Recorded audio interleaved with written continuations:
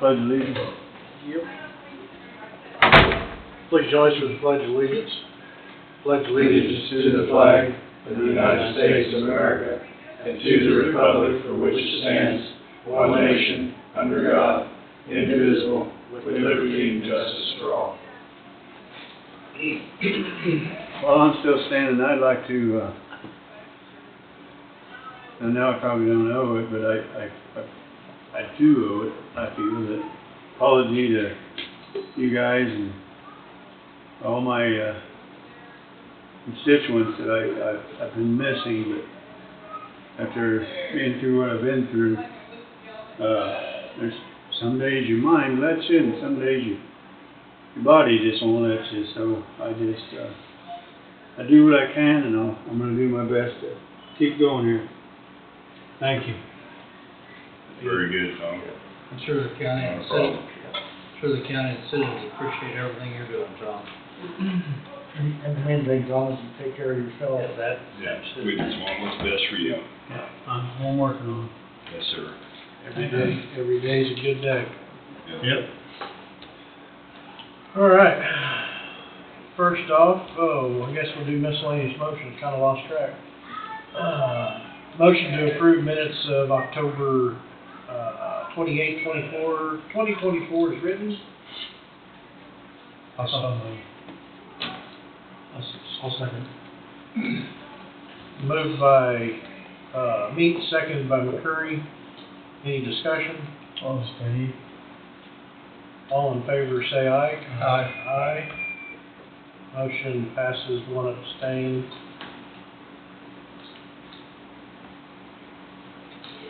And miscellaneous motion, first miscellaneous is moved to authorize direct chairman to sign letter of support for matching funds for Coffee County Transportation through the Kansas Department of Transportation. This is an annual deal. Yeah. I'll move. I'll second that. Moved by McCurry, seconded by Thompson. Any discussion? All in favor say aye. Aye. Motion passes. That ends our miscellaneous motions. We'll do our 905 River City Construction Law Enforcement Center weekly updates. I'll make it quick, I promise. Johnson will be proud of you. You make it quick. Thank you.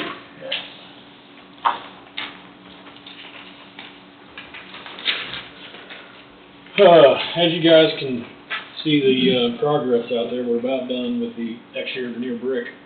Of course, we got some rain out there today and some over the weekend, so it's going to kind of slow us down. We're going to try to get out there and get the Sally Port done this week, if not finish it by next week. While it's raining today, they've moved inside doing the remaining interior CMU non-load bearing walls around central control. We should have those done. We should have all those complete by the end of the week.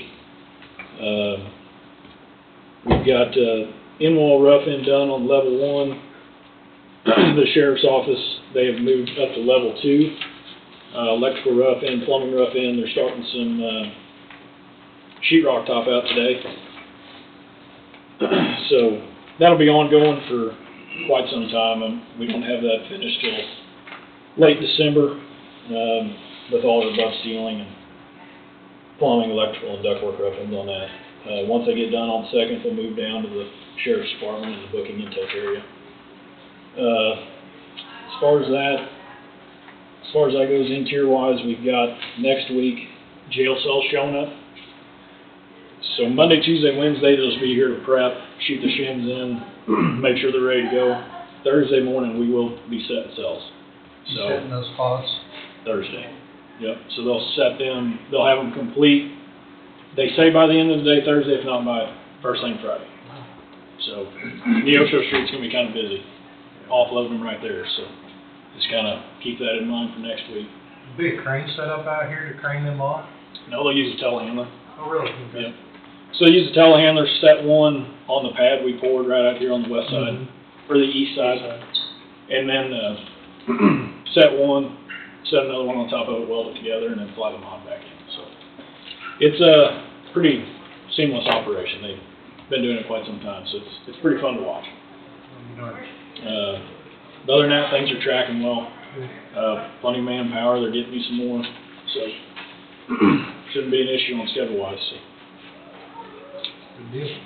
Any questions? It's nice they can go inside and work, you don't have to send the bricklayers home and train them. That's right. That's why we kind of saved it. Yeah. You know, save as much as we can, do as much exterior while the weather's nice, and keep going. You know it's gonna rain one of these days. Yeah, it was long overdue, but Yeah. it sure helped me out. Right, made the project move, Yeah. Well, you know, that's something personally, the more of them you do, you learn what to do Oh, yeah. to make up for the rainy days. I mean, we weren't supposed to start brick until, middle of October. We just moved in. As soon as we could get to it, we went after it, so. Right. The inside stuff isn't pressing, we can do that when it's snowing, Right. so. Question I did have, we talked last week about exterior concrete around existing building. So I know we talked about south of the jail, that little patch, and then the horseshoe area. So there's the ramp that goes down into like the health department. Are we doing anything with that? Are we leaving that? I just don't know, that, leave that. I mean, I don't, there's nothing wrong with it. I don't see anything wrong with it, but I just gotta ask the question. We get bids for it. I have Concrete Unlimited. It's supposed to come out today. I don't know if it'll be out today with the rain or not, but, I just want him to make sure he bids everything that we know he wants to do. Right out here on the, The breezeway West side. out here. And that's what they're coming in to take do a bid on. that and then the stuff south of the jail. Right. So I just, just walking around, just noticed that ramp, and then there's a ramp that kind of goes down toward like Barb's office there, it doesn't look bad to me, but it's just a question I gotta ask it. I think I call it the courtyard there on the east side. The way it's kind of chipped up, we'd be crazy not to do it now. It's Right. prolonging the inevitable, but you're, I think Jesse's correct in ramps or not. Right, they don't look bad to me, but I just wanna make sure that if he comes out, he does a proper bid, Right. so. And I'd say unless there's something they would find going into the taking, the removal of the concrete, Right. who knows what's underneath those rails, We're not really gonna expose that unless we take it out. Right. So, I mean, I guess if something comes up, we can always track it as a T&M type basis, like time material. Unless, it's just something we can do, but for right now, we'll just have to do that courtyard area, just the flat work. Okay. Okay. When he comes here, when I get ahold of him, well, he says, like I said, he said he's gonna come today, but I think the rain, he's not gonna walk around the rain, so. When he gets out here, I'll put something out in front of you, so you guys can, or however we wanna handle it from there, so. Appreciate it, sir. Anything else? I believe so. Okay, I'll get out of here. Hey, thank you. Yep, see you.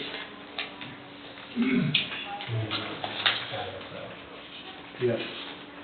The big one. Thank you.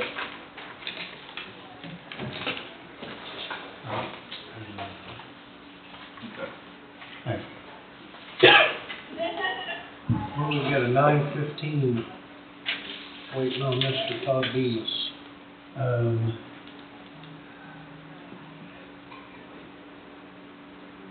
Oh, sorry, I didn't pull.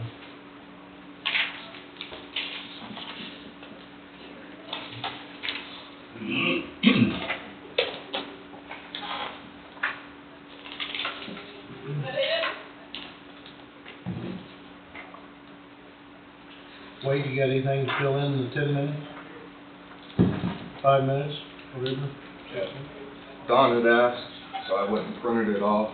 This is the notice of sheriff's sale.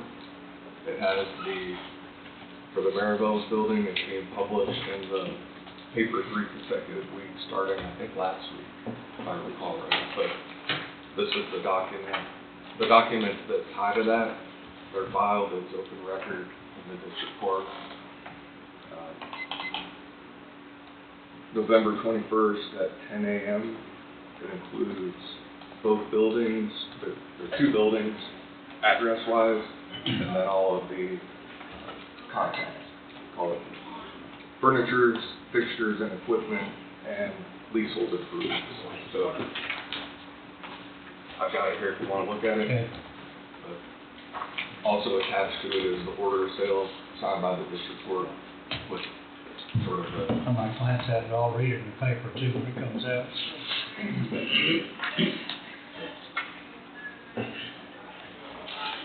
Morning. that was the filler until you got here.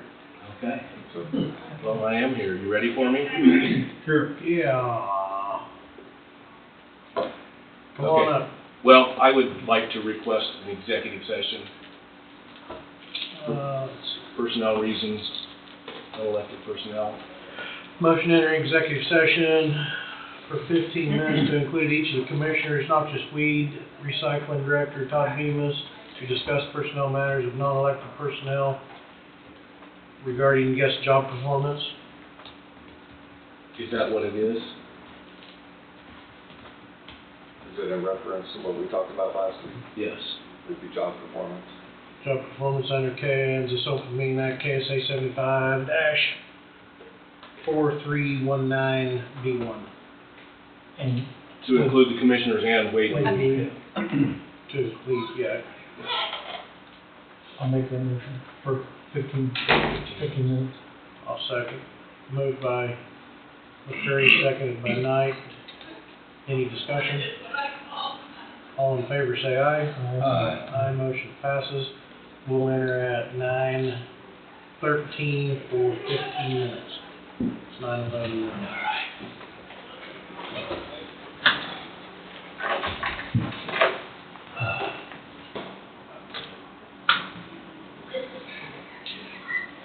We're back for a short amount of time.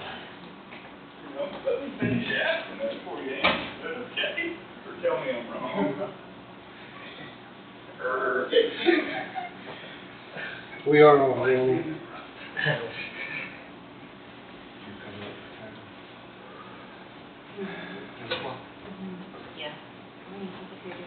I'll get out of the road this time, Tom. Yeah, you better.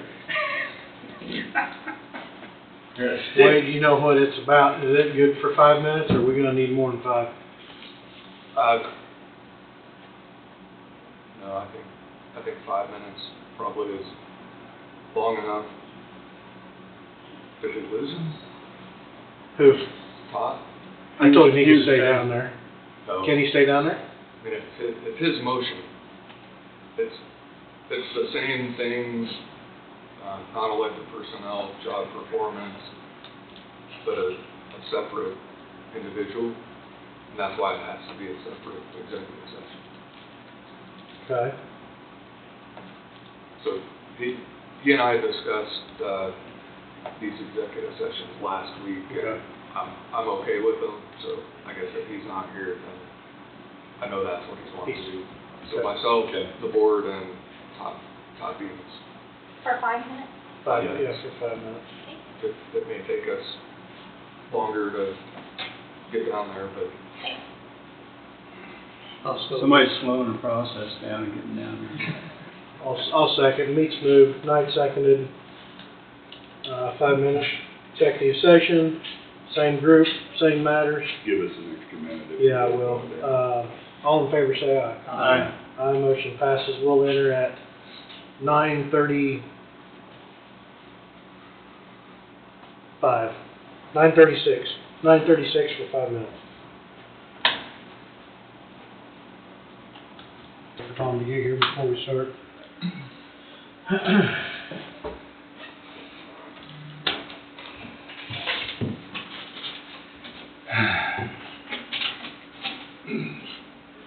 Gotta fish around underneath there and find the trash can. Close there for a second. Well, that's my life story. Basketball. Yeah, well, it was not my favorite sport. Bench warmer, water boy, and splinter checker. All right, we're back. Fair to say, you can update. I'll just say for right now, there is no action being taken. My impression is, and what will happen eventually, there will be recommended collection action taken due to this particular issue, but when that time comes, it will be an overall update and potentially a recommendation related to the policy manual that will be across the board. Additional investigation needs to occur right now based on those executive sessions. Is that a fair Yes. summary? Yep.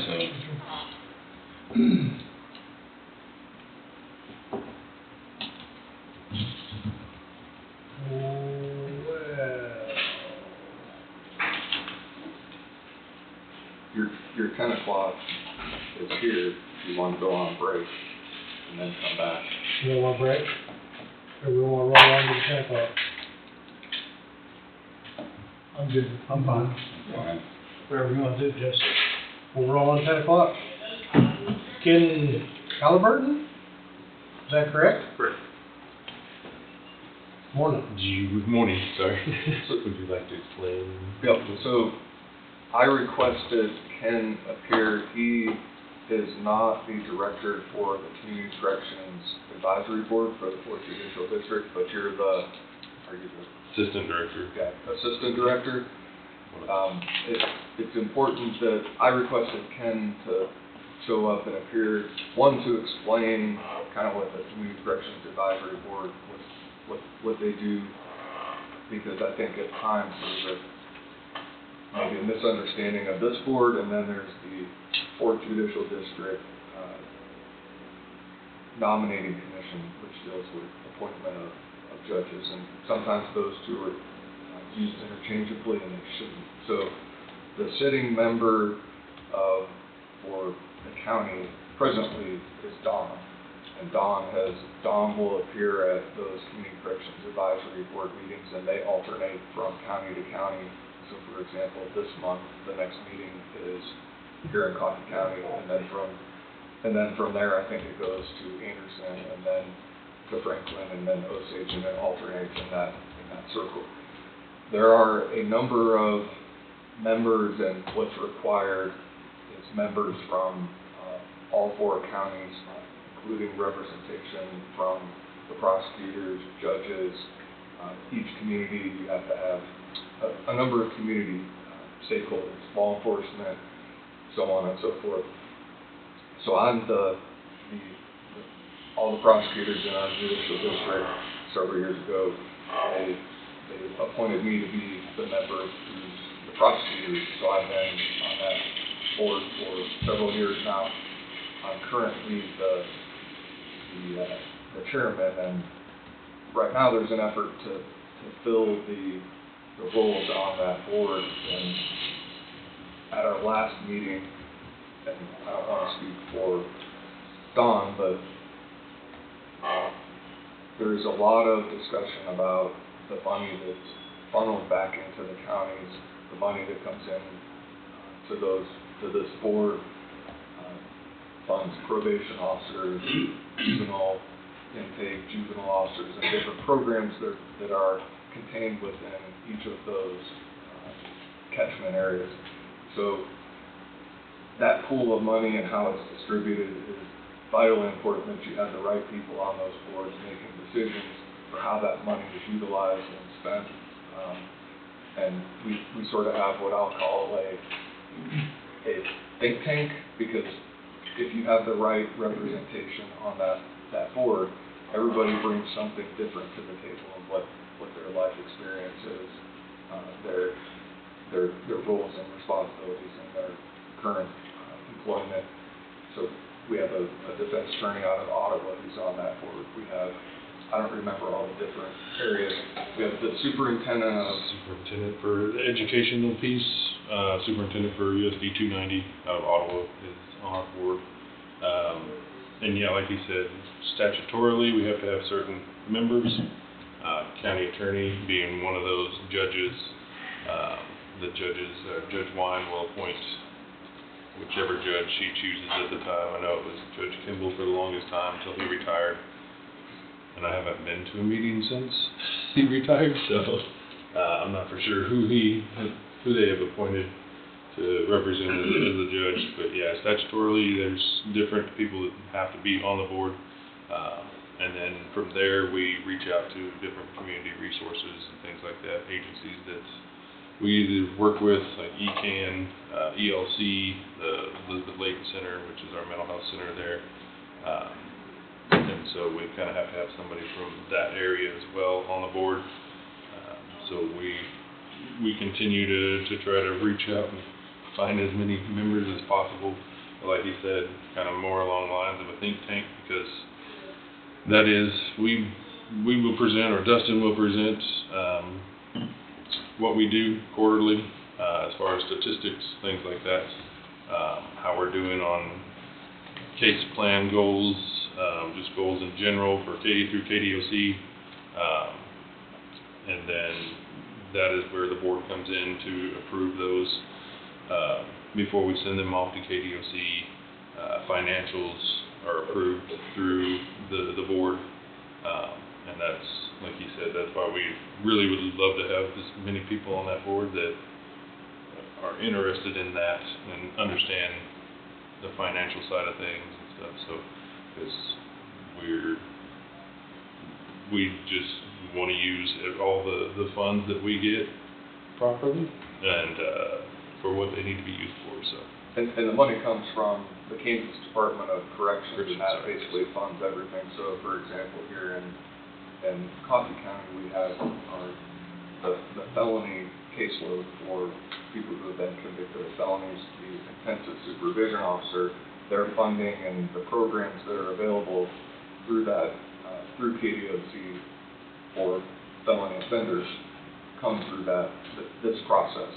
And how that money is used and utilized, it's tracked and then provided to this board, and then we sit back in our meetings and we talk about, okay, is there a different way to utilize and deploy this money to best meet the needs of that population.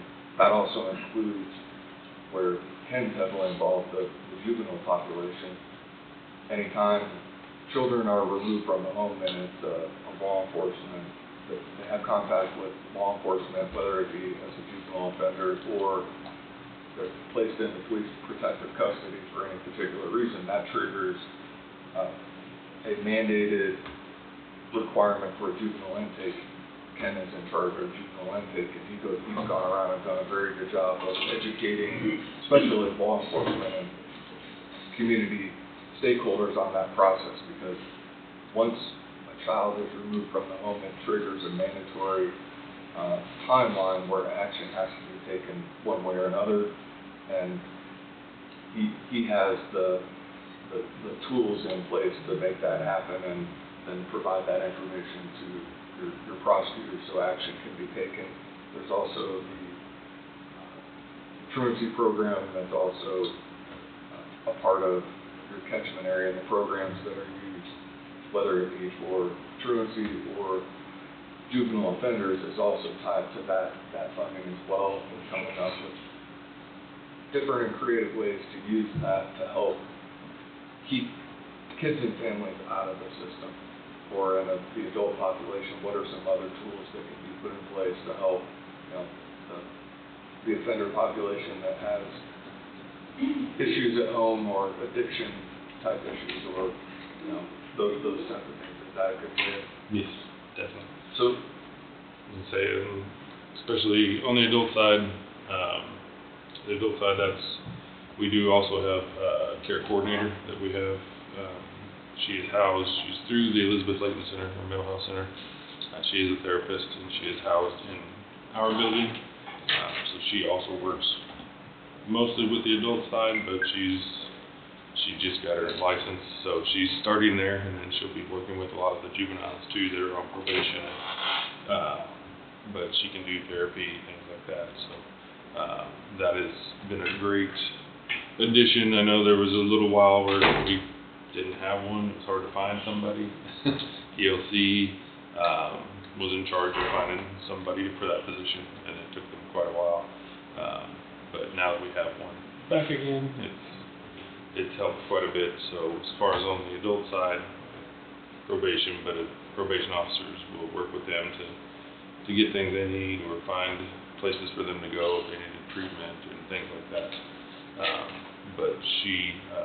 Danny, who is our care coordinator, helps with that as well, so that way, most of the time, they get 30 minutes a week with their probation officer because of their caseload, so it's kind of hard to do a lot of that stuff, but they can make those referrals to Danny, and Danny can help with that situation, whatever the situation is. So, and then, like he said, on the juvenile side, we have juvenile intake and truancy court, family engagement, and then our juvenile side of supervision as well, so probation. You take the last year or two, Ken, and maybe even 2 years, maybe even 3, it seems to be, for me, more difficult to keep up with everything because of the new regulations all coming down. Of course, I'll be stepping down in January. And, you know, we only meet once every 2 months up there. Right. Give or take something, doesn't change, but it's more and more difficult to be a good member on that board. Gotcha. Is one way that I kind of look at it, because there's a huge amount of information coming out to the board members, and to participate and do your part is just get more difficult, in my words. Okay. I will definitely pass that on. So Yes, things change. Yeah. Unfortunately for us, Things they change all the time, so. If you don't have the schooling on, Right. or don't have a background, it's real easy to kind of lose track of Yeah, it. definitely. Do we have other county employees other than yourself, Wade, that are on the board, this advisory board? No, so the budget process, just to maybe put a cap in it, so the board meets and then makes decisions regarding the budget. And then that budget, once it's signed off on by whoever the chairman is of that board at the time and the director, then gets presented to the Franklin County Board of County Commissioners for ultimate approval. They are the keeper of the DOC funding and where that funding is deployed out of. So it's sort of an interesting board in that that's where the money is funneled through, but that's why it's so important to have representation from each of the counties in the 4th Judicial District. How many counties? 4. 4. Osage, Franklin, Anderson, and Coffee. So part of why Ken's here, and one of to give you sort of an overall summary of that board and what it's for. There's a recommendation. I don't know if Don's ready for this recommendation or not, but the recommendation is going to be for Don, either if he's ready to do it now or wait until January, to have his position filled with Amelia from the health department, because we need to have sort of, our think tank needs to have as many members from different areas involved so that decisions can be made, and we don't have somebody on that board right now that has the public health background that someone like Amelia would have. She could be the local Coffee County representative to fill that position, and that would be my recommendation. I think it would be Dustin's recommendation. Dustin, he can't be here, so we're trying to get this done before the end of the year. There's an Anderson County position that's also being recommended to be filled, and I think you may be going there in the next couple of weeks to do the same thing. But this one, Make it. You just got your motion order. but this one is important because our next meeting, in my opinion, does occur here in Coffee County, and would be easy to make that transition if Don's willing to make that happen. Yeah. He would have to voluntarily step down, then you would have to make a motion to appoint Amelia to that position if she's interested, and we've had that discussion. I've had that discussion with our director, and I think that would be a good transition. But I have no problem. Stepping down, and Amelia, it may take her 6 months to learn it, but in 6 months she'll know more of what I've done in 7, 8 years, so no problem at all stepping down. First you've heard of it, or? No, it is not. Are you here on your own free will?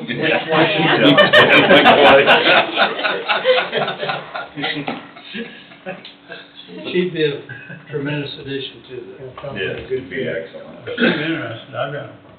Yeah, it's, Dawn don't have a problem with it. just like Don was saying, it's hard to keep up with it if you don't have the schooling background. And like I say, you don't meet that often. I take it every 2 months. Sometimes once a month, Once a month, sometimes usually. every other month. Yeah.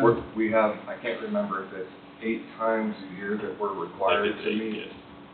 So, They're only hour and a half meetings, they don't last very long. Takes longer to get there than it does to have a meeting. Sometimes, yeah. and we meet by Zoom and in person, and one of the benefits is wherever it is, lunch is provided, so. Well, I mean, do we need a letter of resignation from Don, or just a verbal stating that I'm more than willing, he's more than willing to step down as of today, or whatever? I don't know.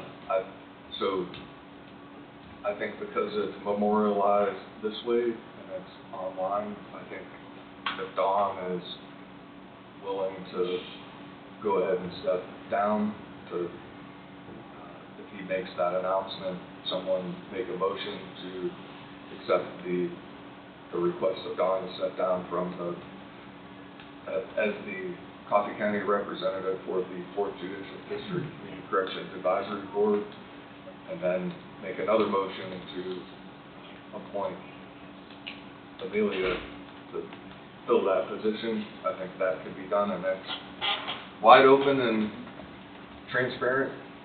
You can roll the tape if you want to see how it happened. It's fine. Oh, they love rolling the tape.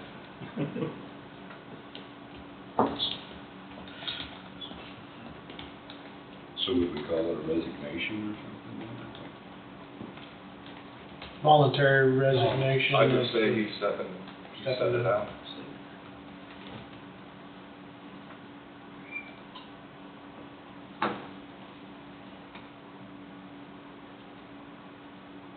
He's typing away. Yeah, the motion reads, to accept the voluntary resignation request from Don Meets as Coffee County representative of the 4th Judicial District Community Corrections Advisory Board member. I'll move. I'll second. Moved by Thompson, seconded by McCurry. Any discussion? All in favor, say aye. Aye. Aye, motion passes. Well, thanks for your service on that, Don. that's fine, I appreciate that, I appreciate the opportunity to meet other people from other counties. This is a great way to go, especially with Amelia getting ready to fill in. How long were you Right. on there?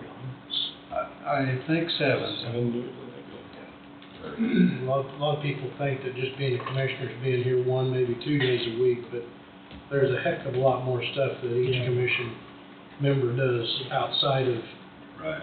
their commission duties in this building. The next one, motion to appoint Amelia Merchant as Coffee County representative for the 4th Judicial District Community Corrections Advisory Board member. Move. If she's willing to accept it. She'll accept. She nodded yes. She'll accept. She didn't have to blink. You come up here and get in front of the camera. Moved by Huguet, and I will second. Any discussion? All in favor, say aye. Aye. Aye, motion passes. Congratulations, Amelia. Thank you. Thank you for the opportunity. Thank you for your Thank you. service, Don. I'm And sorry? that's effective immediately on the board. Sorry. Effective immediately. Yes. And in my opinion, being on that board and kind of knowing the internal operation, what they do, I think this is a very good move, not only for Coffee County, but for the board overall, because you have now someone on who has a health background that we're talking about different things that have to do with impacts of decisions that are being made on the inmate population or juveniles or families overall. Amelia will bring the perspective where she's an expert in her field to that board, and when somebody's making a recommendation, maybe me, she can say, no, here's the reasons why that probably isn't a good idea. And and that's why having diversity on that board is so important, and why this move is one that's being pushed through right now and recommended overall. Very good. Very good. Sounds good.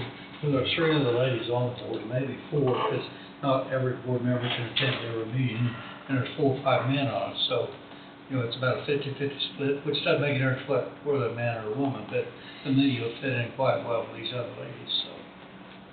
Yep.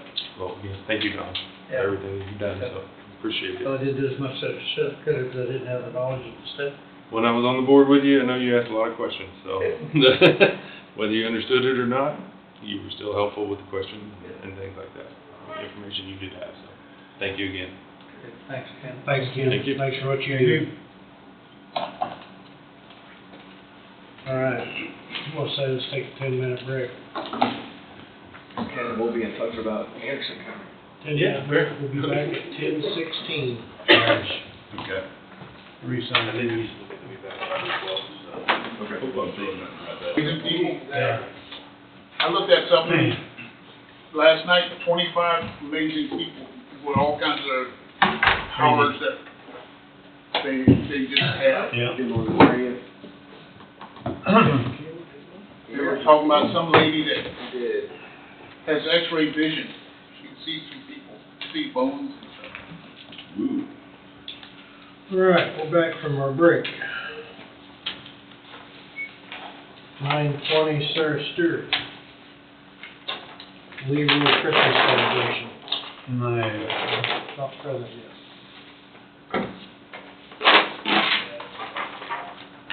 A couple.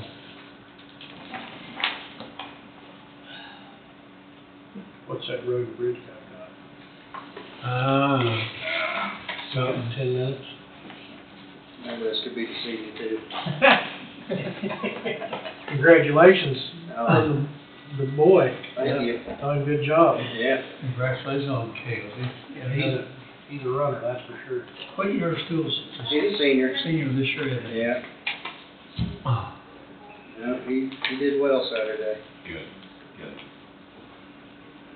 For the conditions, it was a muddy mess up there. Where was that? Up at Wamego. Well, ma- Yeah. Never been to that one. It's at the golf course and it was pretty rough looking by the time they run the 6 races. They have to redo their fairways, are they? Maybe they threw a bunch of seed down Yeah. and let them run through it. Oh my, dude. There's some of them areas that just flat looked like a cow lot in there where they kept trekking through and kids falling down left and right. The one down in Eureka got that way one time. Man.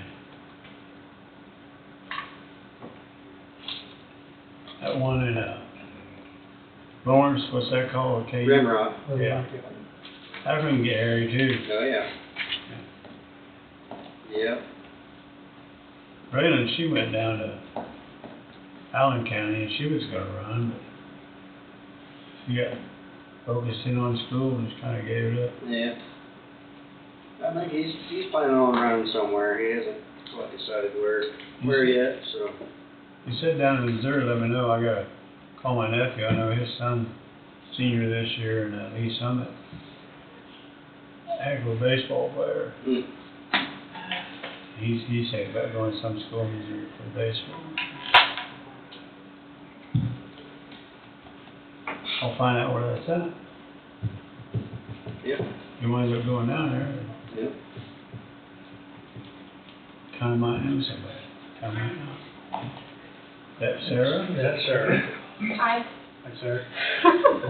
Sorry. You wanna catch your breath? We're ready for you. Oh, sorry. You still got a minute, but. I know. And I called my husband, and he's like, I'll sit outside with the baby. I was gonna drop him off, but that worked out. Okay, well, sorry, I'm kinda late. End of the You're year. right on time. Okay, well, I feel a little silly standing in front of you guys today because I know I've stood in front of you for a lot more, I guess, important things or bigger things. But usually, I would go to economic development. I wasn't sure who the new economic development director is. There is one.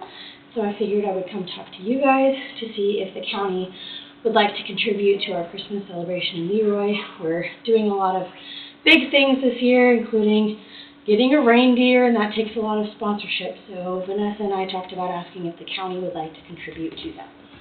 Hoping to bring lots of people in. We're not having any food trucks or anything like that, so we're hoping that our restaurants get a lot of business.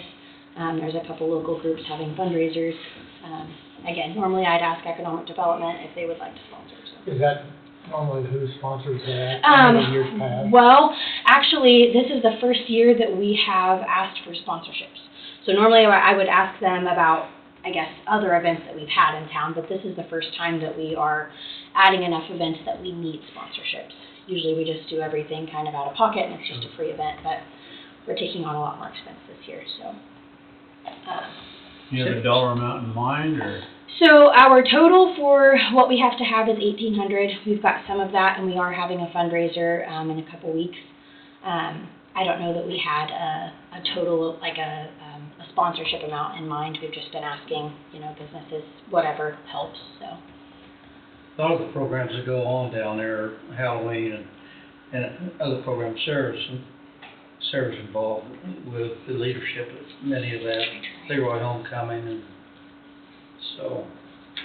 Your total project costs around $1,700, you think, Sarah? $1,800 is the total cost of the big things we have to do. Everything else we can handle on our own. But that's kind of our big cost this year, so.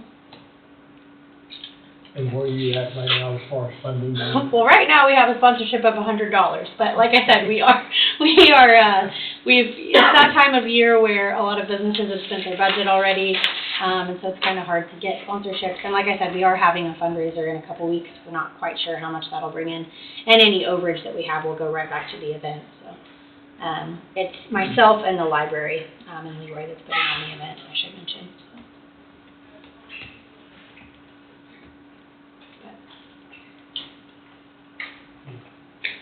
Your district, Don? Yeah, definitely my district, and I want to support it at what level, I don't know what.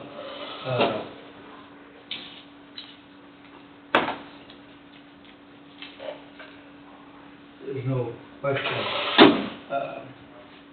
I don't know what's the appropriate amount.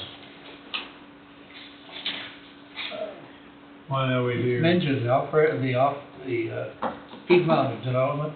Said you never did go to him for this or any other program? We have gotten sponsorships for other programs, through economic development. But Right. this is something new. We've done the Christmas celebration before, obviously, we've had Christmas celebrations, but the things we're adding this year are new. We haven't needed a sponsorship. Right. Well, while we're all trying to decide, you can put Thompson and Sons down for $100. Well, thank you, appreciate that. So, it's not my district, but my business is in the Sure. rural area. Well, we appreciate it. Well, I was thinking about that. I mean, I didn't know what was appropriate, and I was looking in the $750 or $1,000 range. And I know they bring in people from other cities. That's the hope. That's the hope. Bring in people for the day Seems anyway. like our Halloween deals are over half of the kids come from other cities and Leroy. Yeah. About that way, Growing. about that way over here. Yeah. I would support that level, but whether Could pull it out of there, can you? special parks. No, economic There'll be some other people you can pull That's a some money growing, from, but that's what we've made loans on that we're getting money back in. It's a growing account. which one you talking about? Economic Development Loan Account, Yeah. 115. I mean, I'm sure it's the account that's being paid back for the economic development loans I'd say. that we've put out. Mm-hmm. And so we're gaining interest. Yeah, see, it's at 425. That's when you're looking at it. Yeah, it's at 479, 522, 65 in September. I mean, I guess, Makes sense. I mean, I'd make a motion to take $1,000 out of the economic development loan program. That's just what that's what Steve wrote down over here. $1,000. And I have also moved, since it's my district, so moved that we take $1,000 out of the account number 115. for the Leroy Christmas, Leroy Sure, that works. funds. Leroy Christmas, That works. Christmas event. I'll second that. Moved by me, seconded by McCurry, any discussion? All in favor, say aye. Aye. Aye, motion passes. Thank you, gentlemen, we appreciate it very much. Thank you. Okay, thank you. Have a Thanks, good Sarah. day. Good luck on your fundraising. Thank you, hope it goes well. Don't get wet. I will. I guess if we're wrong on that, Angie can let us know. All We right, should be, so- we should be able to move money out of that. I don't think there'd been a problem. Why not? Yeah. Okay. RDs. Brian Durst, you're up. Good morning. Morning, how you doing? I'm doing all right. Sounds like you had a good weekend. Yeah, the weekend was, very good, very good. Proud of my son, so he's Good deal. puts a lot of work in and. Yep. But, all right, so no call outs this weekend. Last week we did have one where we got called out on that big fire south of Lebo.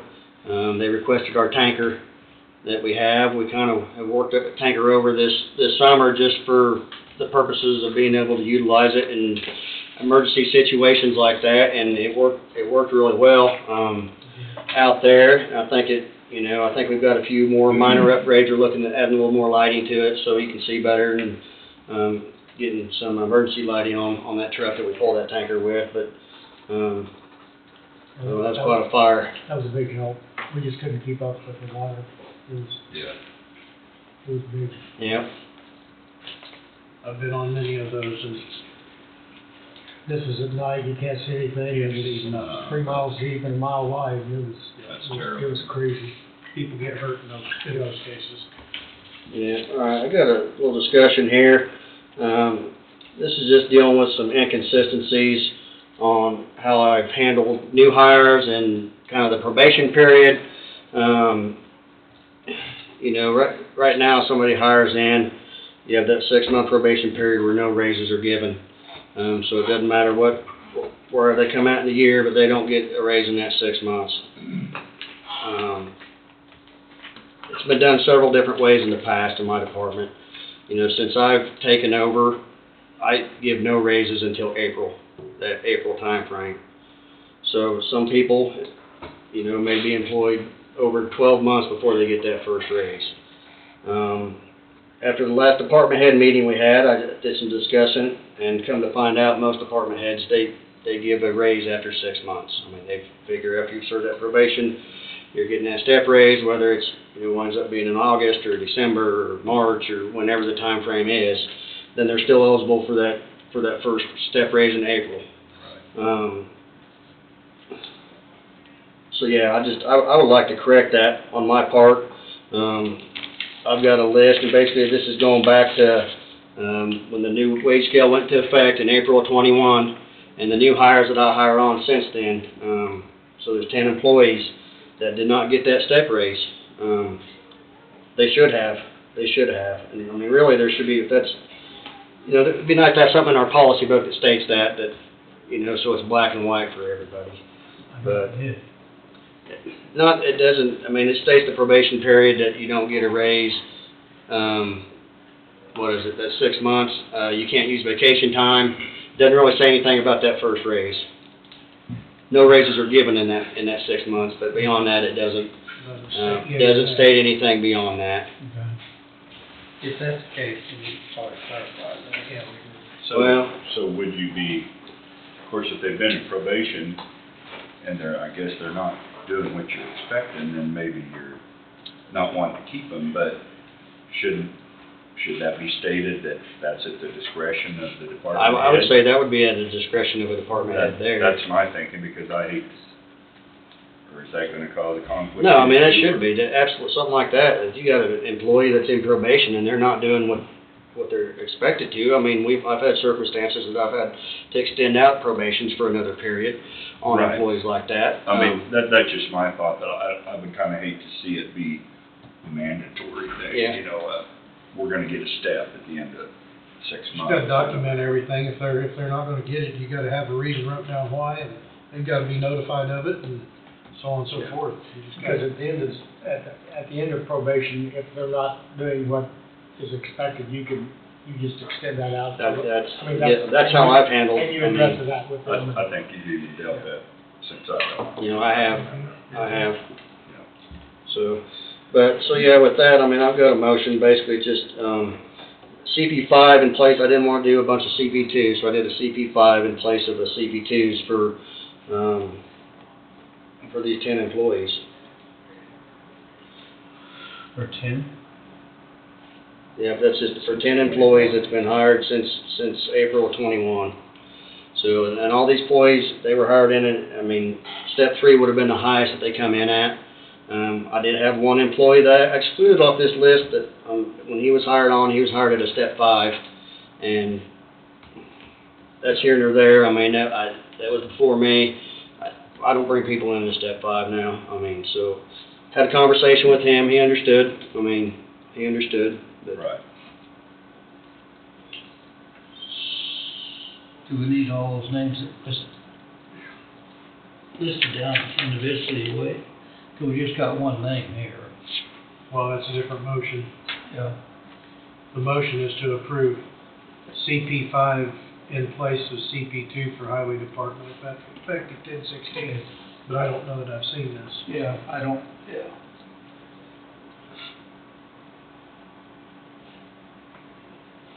And you're not talking a lot of. no, it's, I mean, It's- 20 it's right in to, the 20 to wrong. 40 cents per person. Yeah. You're just making the wrong line. That, I mean, I'm giving them that step raise that they should have gotten after their 6-month probation.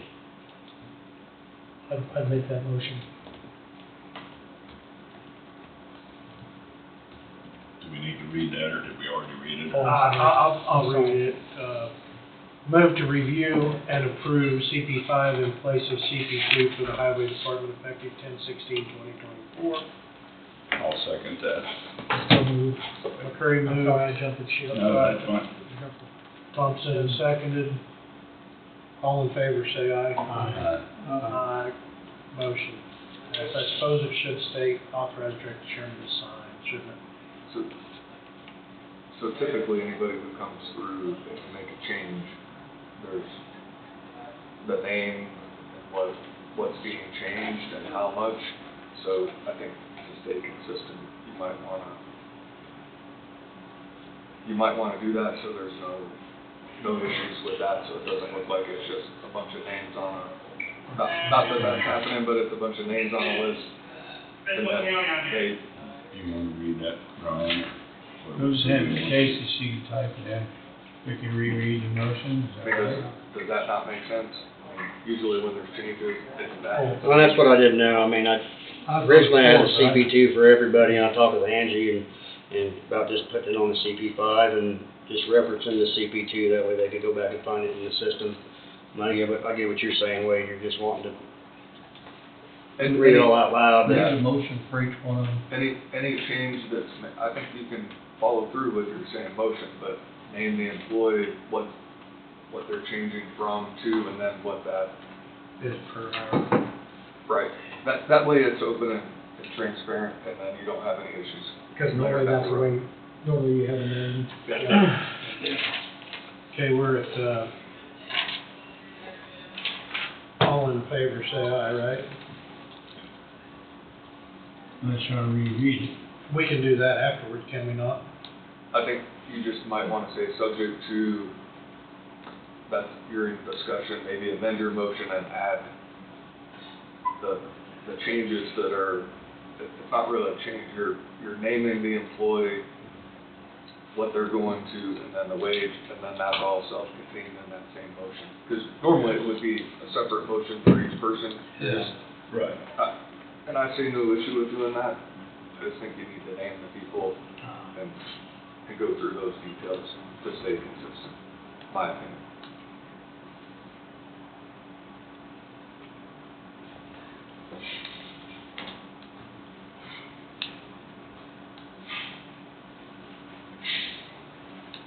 You got an extra page, or is that the only one? That's it. Are we gonna need the wage amounts then, or is that? Yeah. And I think once it's entered, Brian can probably read that. Okay.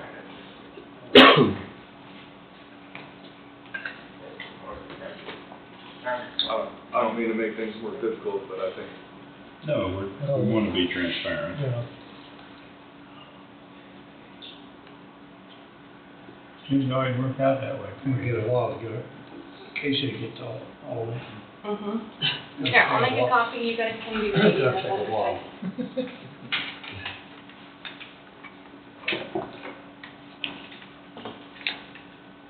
Didn't mean to be difficult. No, yours is pretty simple. Do we need to retract that last motion that we think voted on, or do you think we make this work? I don't think it got, I think we're in discussion. you're in discussion, I don't think there was a final. I intervened It was before, moved We on, didn't I vote. think. so you might, as a result of Well, discussion. we had a motion and a second, and Yeah, but we're in discussion, I think. but we voted for it too. Hadn't voted yet, I don't think. I don't think there was a final vote. I think it got into No, because Jeff discussion. asked for a vote, and then we went back for discussion. Okay, you're good. So you just wanted to read all the names on this? Name, what they was, where they're going to, how many Alright. cents per hour. Yep. Might as well spell it all out. Alright, so this would be for, Lori Clemens, from a wage of $17.73 to $18.03, for a change of 30 cents. Russell Drake, for a $21.43, going to $21.83, a change of 40 cents. Chris Hagwald, a $21.43, going to $21.83, for a change of 40 cents. Nathan Hollinger, $22.57, going to a $22.86, a change of 29 cents. Caitlin Keller, $21.83 to $21.23, a change of 40 cents. There's none of them over 40 cents. Carl McWilliams, $21.43 to a $21.83, for a change of 40 cents. Adam Moore, $21.43 to $21.83, a change of 40 cents. Alan Saresic, $21.05 to $21.43, a change of 38 cents. Travis Stratton, $21.43 to $21.83, a change of 40 cents. Jesse Stutzman, $21.43 to $21.83, a change of 40 cents. And Kenneth Woods, $21.43 to $21.83, a change of 40 cents.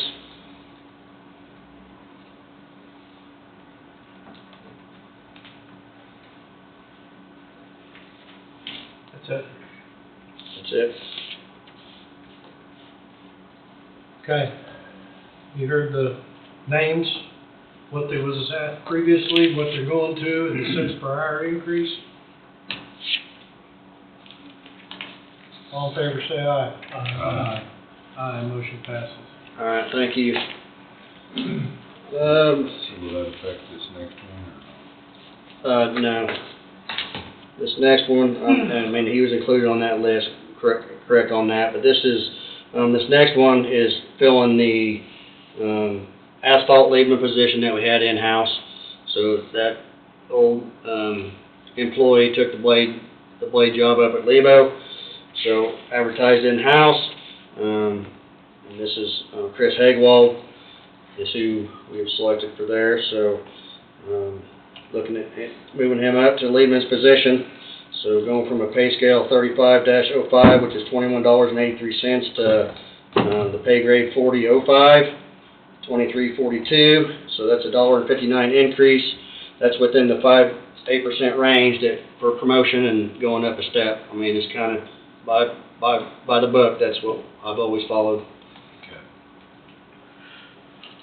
Motion to authorize direct chairman to sign CP2 for Chris Hagwell, crew leader, highway promotion, from wage classification 35-05 to 40-05, from a wage of $21.83 to $23.42, effective 11/4/24. So moved. I'll second that. Moved by Hagan and seconded by Thompson. Any discussion? All in favor, say aye. Aye. Aye, motion passes. All right, thank you. A little bit of discussion on some old oil barrels we have out the landfill. The 4-H has asked us if we would be willing to donate a few of them old barrels. They're needing some new ones down here for Kelly Park. They want to paint them up. And so we do have a dozen old barrels that's been sitting out there. I would like to donate them to the 4-H, let them use there. I don't believe that we need a disposal motion. We've already had that in order to get rid of them at the landfill or sell them at the landfill, so I think we can just donate them. If you guys are okay with that. It's strictly all oil. I'm not for sure. No contamination. I'm not for sure exactly. They're just 55-gallon drums that can be used for trash I'm barrels. not I've ever been using a chemical deal. Yeah, no, we wouldn't do that. I mean, oil would be the worst, but they'll clean them, paint them, and use them as a need. So, all right, appreciate that. All right, next. So just some discussion. So last week my name was been dragged out into the Clown and Pony show that's kind of been going on the social media stuff. Back and forth rhetoric has been taking place in the last several months. So my integrity has been questioned.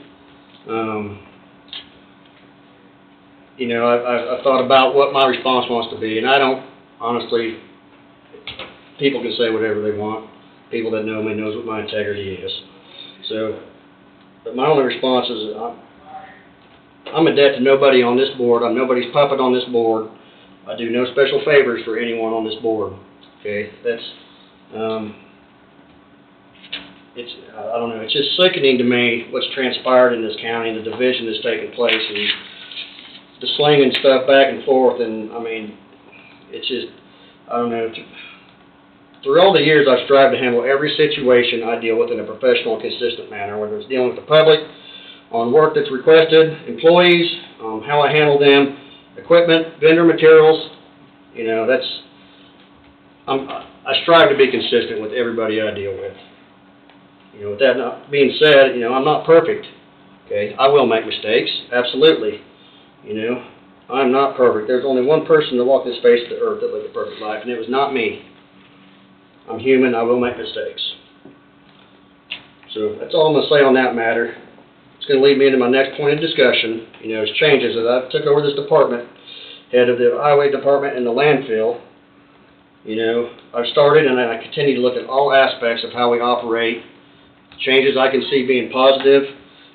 Areas of need. Some of these changes are simple and easy. Others are more complex and can take years. As I became involved in the Swan Solid Waste Group, going to group meetings and conferences, I started gaining more knowledge in the solid waste side. Started looking at things out there. One thing I realized is we needed to update our rates. In particular, our out-of-county rates were substantially lower than in surrounding counties. There needed to be a change. We went through some changes, discussion. I did a lot of legwork, research, presented the best information that I had to you guys, and we made the proper changes at that time. We did not change the in-county rates for the Coffee County residents. The out-of-county rates were raised from $25 to $40 a ton. When we increased the out-of-county rates, we kept the Woodson County fees lower because they are county government. At that time, Allen County does the same thing for them. I was under the assumption that at Woodson County everything was brought into their transfer station, and then they hauled stuff up there, and they charge no fees to Woodson County residents at their transfer station, so they're charging their residents zero. So it made sense that Allen County, seen it just kind of like I saw it, that we should give them a reduced rate because they're county government. It's come to my knowledge since then, and I did not realize this, that Woodson County also rents out containers, roll-off containers, for their residents to use. I didn't realize that information when I was looking at that stuff down there, but so I think, there's some questions there. I mean, it's not just, they're charging people to dump trash at that point, and they're operating almost like a business. So I think it's worth looking into, And, you know, I need to talk with Woodson County and get more information, but, you know, are they actually, is that something they're doing a lot of? Are we just getting stuff from their transfer station? You know, I don't know any of that information, but I think it's worth looking into and getting some more information, and maybe we need to relook at our rates for Woodson County, because if they're profiting off of something else and not just the transfer station, I think it's stepping a little more than what I originally thought too. So, I mean, that's where I'm at with that. So, I mean, if you guys are all right, I'm gonna talk with Woodson County and just so I got a clear understanding on exactly how they operate down there. And, Well, I guess I'd be interested to know how much they're charging. yeah, Because if they're doing a roll-off service for these people, that doesn't necessarily mean they're operating at a profit if they're charging something for it. right, I mean, I don't know what that rate is. Maybe they are. yeah, But if they're providing a service to their patrons and that's about all they're recovering is going and picking this up, rather than the patrons hauling it in themselves, yeah, I don't see that it's of much effect. And I'm sorry I missed out on all this BS. no, you don't. But I try to yeah. miss. No, that, I mean, honestly, that's separate than the BS. That's just something that I didn't realize that somebody. Maybe it is connected That was brought to my attention, and it's like, you know, I think that's a valid point that I think is worth discussing. I'm not saying we need to make changes. Right. But I'm saying there's something there, if there's something there that, You know, yeah. as that comes to mind, I wasn't aware of anything, and there's. So I know down there, I mean, they've got a tax line item that is how they pay for their cost for their transfer station down there. So, I mean, that's how, to my knowledge, that's, the county citizens pay a fee. It comes off their taxes that pay, that's why they charge nothing out there for them to dump at the transfer station. Well, I think you're doing the right thing, and recent discovery requires some investigation. Yeah, no, it's definitely worth looking into. Get back with us and see what you find out. Yeah. Yep. We'll go from there. We're all just trying to do our best. I'm No, sorry that's for right. being drug through the mud. Oh, no, that's, Something that don't even. no, I'm not, I mean, that's part of it. That's part of it, unfortunately, so. And I just to let you know, you're doing a great job with your department. I agree. I've been very satisfied with your job you've done. In my mind, a bunch of innovative things that you're trying to make happen. Move our county forward. I appreciate the job you do. Well, I'm trying, and I appreciate it. And I'll challenge anybody to find fault with it myself. As I will. Yeah. That is all I have today, guys. It's the same old list of haters all the time, and I guess I wasn't aware of this because I don't look at their stuff on Facebook, because all I do is get annoyed. Yeah, I mean, it's unfortunately, that's where we're at now. I just, Makes me wanna get in the car and take a drive, and I don't wanna We just don't get to have Sunday dinners anymore, do we, Ryan? we've never had Sunday dinner. Have we ever had Sunday dinners, Ryan? Far from it. Never. do it. I mean, we all can't be friends. So you guys have anything else for me? No. Hang in there, that's all I can say. Keep up the good work. Hopefully at the end of tomorrow, it'll all go away. I've had a couple of things come up, Ryan, on that, on Fifth Road, northwest as the Leroy put those two big tin vessels in. There's still more work to do on that. I've been told there is, but I haven't looked it out. I guess I need to go out there and look. I wasn't I'll aware look at it, there was, I'll look at it and let you know, because I haven't driven it either, so. Okay. Yeah, I'm not aware of any more work that we need to do there, but. You know what, we were talking about two different subjects for those guys. It's the one there that goes north by your business, up there where they go across the, Big Creek. Oh, that low water crossing? Yeah, you can't get across it with a four-wheeler anymore, since, Bunch of those big rains we had. Bunch of all the rains we had. Oh, just erosion type stuff? Oh, yeah, well, if that's the case, then yeah, we need to go in there and might get that want to take a look fixed at it. up. I apologize. Probably going up that hill is Yeah, where it you're is talking. taken care of, but I don't know, yeah, if there was any way that we could get we need to correct that. a little bit of a, I know it's hard, but there might need to be a few trees come out and Yeah. get a little bit of a ditch Ditch on the sides. because there's just nowhere for the water to Well, I run. know a other few than years down ago, we the went road. in there and did Yeah, and minor it ditch much- work and tried to line it with some trees. Yeah, it so was it's much top of the improved, hill, but one of the big rains we had washed the road tracks Yeah. pretty bad. Wasn't the Reaper deal, it's, I don't even know what road that is, goes up. That's but- awesome. Awesome.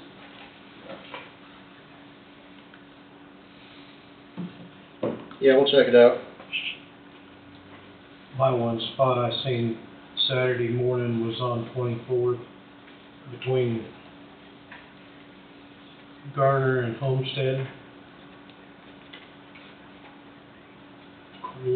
Quarter mile, maybe, east of Garner. The water was going through the road because of lack of a ditch. No.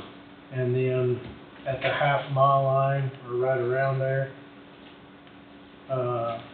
where Lindsay's have their cattle on the north side of the road, that feedlot area, Mm-hmm. a lot of water. It was just, the whistle, it's just, there's not enough there to run through. There's probably 4 or 5 inches of water going across the road there. But it's just, I mean, it's lack of ditches is all it is. Yeah. That's, I mean, Yeah. that I know. I mean, I'm sure that one culvert just past the south field, right at the fence line of the hay meadow and the field on the south side of the road, I'm sure that cross culvert there probably hasn't been repaired for a long time. The big main one's right there in the center. Yeah. You guys cleared some trees here years Yeah. ago. Yeah. Has been changed out, but I think that one there is probably, like I say, just We'll check it out. if a person's flying down that gravel road like they do, Shouldn't be flying down when it's raining like oh, that. it's all the time. So, Yeah. all the time, but that's all I see. Now that we've got a little moisture, it's probably, the old washboards have come back a little bit around different areas, or, Yeah. but, it's been kinda tough to do anything with them, but now they're reappearing a little bit. Yep. I've had a lot of compliments from people that drove 50 highway saying, wow, that is sure nice. Yeah, no, it's nice. They got the rest of the asphalt laid last week, and I think there's still gonna be a few minor places they'll do a little grinding on, a couple of rough spots, but they'll get some shoulder rock put down at some point, a little bit of guardrail, and then we've got the final punch list to go through with them, and Is it open yet? No through traffic yet. Yeah, No. I'm just curious, No. yeah. No through traffic Like yet. that. yeah. I drove through here a week ago, so just to inspect it. Really looks good. Yeah, no, It it's feels nice. good to drive. It's nice.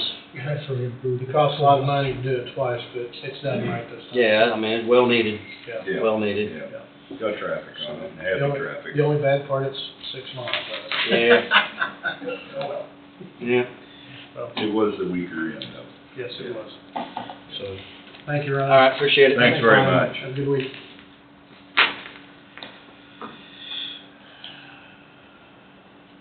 I better get my glasses on so I can see. Some 1-2 guys. Yeah, them guys from up north again. GSA, Garrett Nordstrom, and CFS Engineer Saban, CDBG Contract Budget Amendment. Morning, gentlemen. Morning. Nice shirt, nice shirt. Here we go, 8-0. We're gonna do it. Yeah, we're gonna do it. Yeah, it's gonna be wet, but we're gonna do it. So, it seems like the Monday night games, we get the rain, it's when it comes, so. Snow's right around the corner. Yippee. Exactly. So I'll cover a couple items first. The first item is we opened bids for the frontage road on the SSM project at the airport. We've reviewed those bids. I'm going to pass out copies so you all have a copy of what came in. We received 3 bids. Let me do this real quick.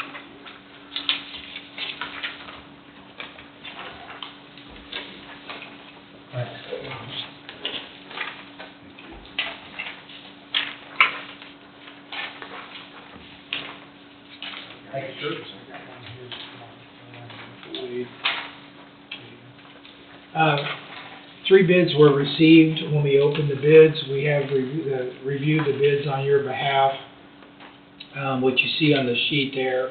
Now this is for the frontage road project that's in combination with the SSM construction of their facility at the airport. This is for the frontage road being extended to provide better access to that new pad site. You'll see in the columns here, what the first set of columns is the engineer's estimate, the 3 bids that were received in the order of amount. We have reviewed the bids and find that the bid by Kilo Construction is acceptable, and we would recommend it for approval.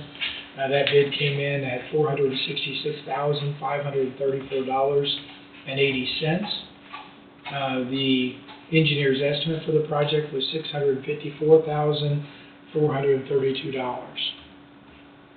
And again, you can see the other bids that came in as well. Bids were received from Bettis Asphalt and Kane Construction.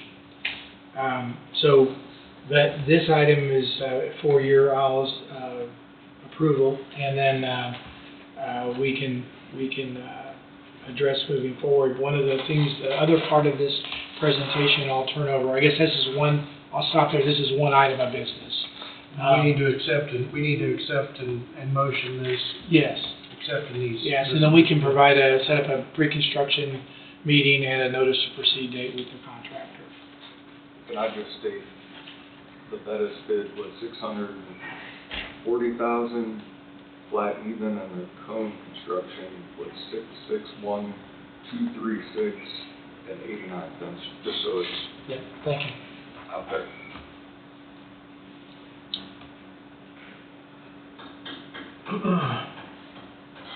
Motion to accept the bid from Kilo Construction, Inc. in the amount of $466,534.80 for the airport access road for the SSM project.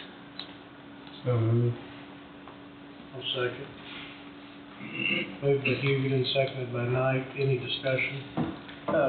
Stephen, there's 5,600 on those three, 6-inch, 7-inch, 2-inch surface.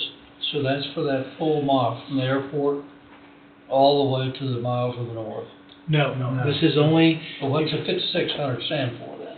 that's the square yards, that is for the pavement that's gonna go from extending the road where it ends today near Canseal. A distance of, I don't have it in front of me, but it's to say it's about 1,000 feet, just up to where just beyond the pad site for the SSM Okay. facility. Well, I thought that's what it was, but then 5,600, I didn't know how to look at that, so. Yeah, and I apologize, I was we looking had, at that as footage. as footage, it's actually square yards, cause it's a material, Okay. bid, so.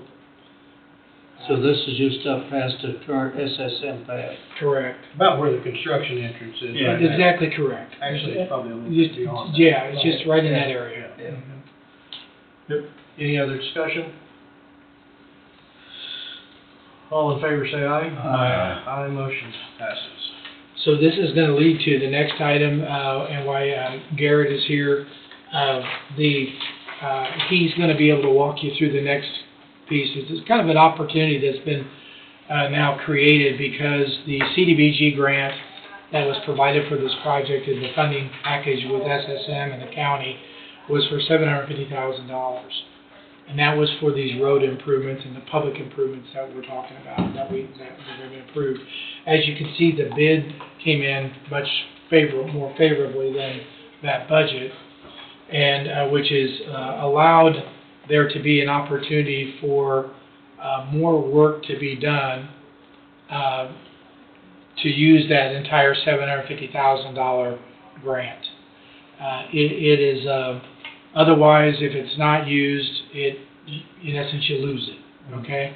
So, in discussions with Garrett, we kind of looked at an opportunity for the county. If you remember, when we first got into this project, we discussed, I think we even presented a couple concepts of extending the road all the way up to 20th Street, because there was some opportunity that eventually this would provide frontage access for more lots at the airport for future economic development at the airport. Who comes up the other 1.76 million? What's that? Whose pocket is the extra $1 million? I'm gonna let him get to that. That's, but, again, it's really just to present an option to you and an opportunity to take advantage of the grant money, and, that could be leveraged to get more project that you probably would Which get. makes sense. Well, yeah, which would give you an opportunity to do more. If I understand it correctly, if we do not utilize the full 750, the county is on the hook for the 466.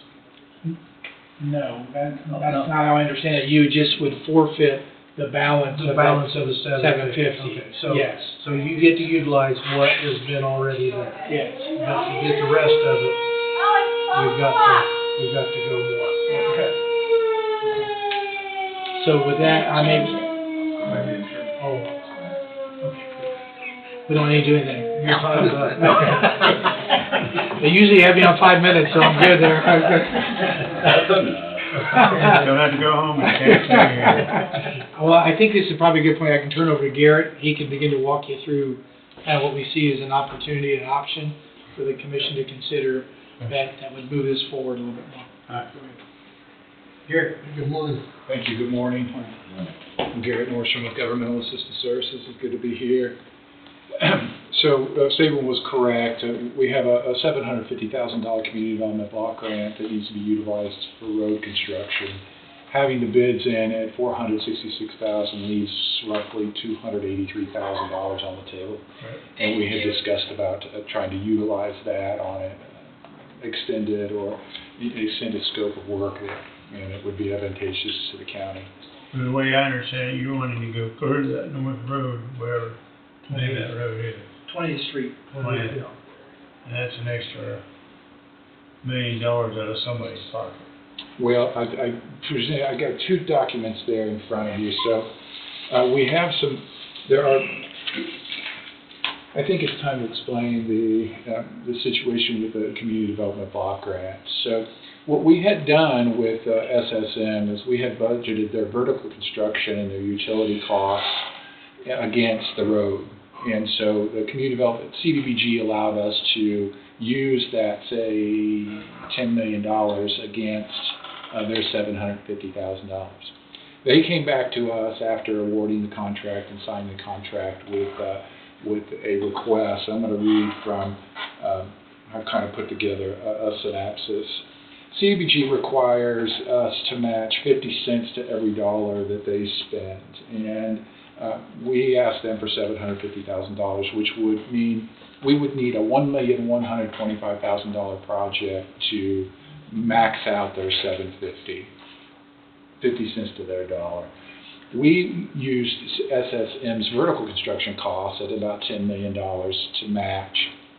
Historically, similar projects that we have done allowed us to separate those two project elements, but use them as a match. When we do that, the money that we used from them, the $750,000 CDBG, requires that we pay Davis-Bacon wages, or the prevailing wage on the laborers that build the project. If typically we would have budgeted for the road and paid Davis-Bacon, and then we would allow SSM to build their project and not pay that Davis-Bacon wage determination. CDBG had come back to us, and following the project award, the approval of the wage determination for a heavy construction, not a building construction, and we executed the contract with the Department of Commerce for it. It was clarified after they had some more technical assistance from the feds that they would like us to pay Davis-Bacon on the vertical construction utility costs for SSM as well. And so we had determined that wages, Davis-Bacon wages, weren't figured into the cost of SSM's project, so it was going to be prohibited to go back in and renegotiate their project. They came back to us and said, look, if you would, is there a way to increase the scope of the road construction to maximize the money? And that's when we got in that we had the previous discussion that we could possibly extend that to 20th Street. So in response to that, CDBG has provided us an option for the county to execute this contract budget amendment that I have in front of you.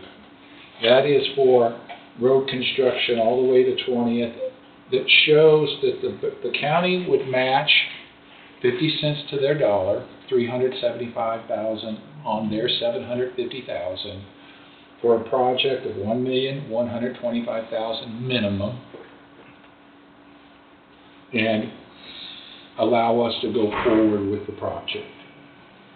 And so we have the engineers are kicking around some estimates of what that would cost to move it forward, but all we have to do to meet the requirements of the CDBG program is to go back in and basically approve a contract budget amendment with them, signifying what you have in front of you.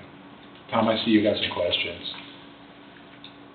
Well, it says your, total cost on the access was 1.6.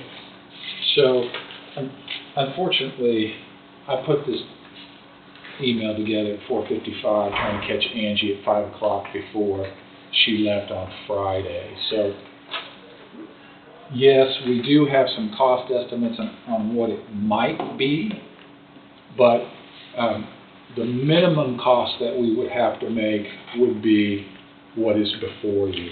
So the minimum cost out of the Coffee County's pocket is 300 or 1,000. That's the minimum, yes.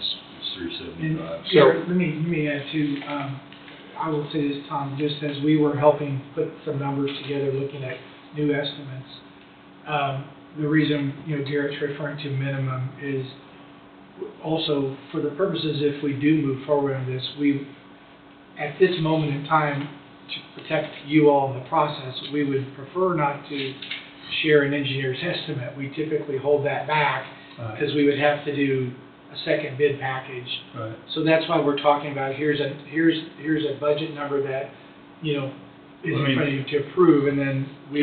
Keller just send their numbers, finish it out. So that's a given, but I checked with Keller, shortly after I heard about the data spacing, because I know it sprung up on several people, and, maybe I should say this, maybe I shouldn't, but,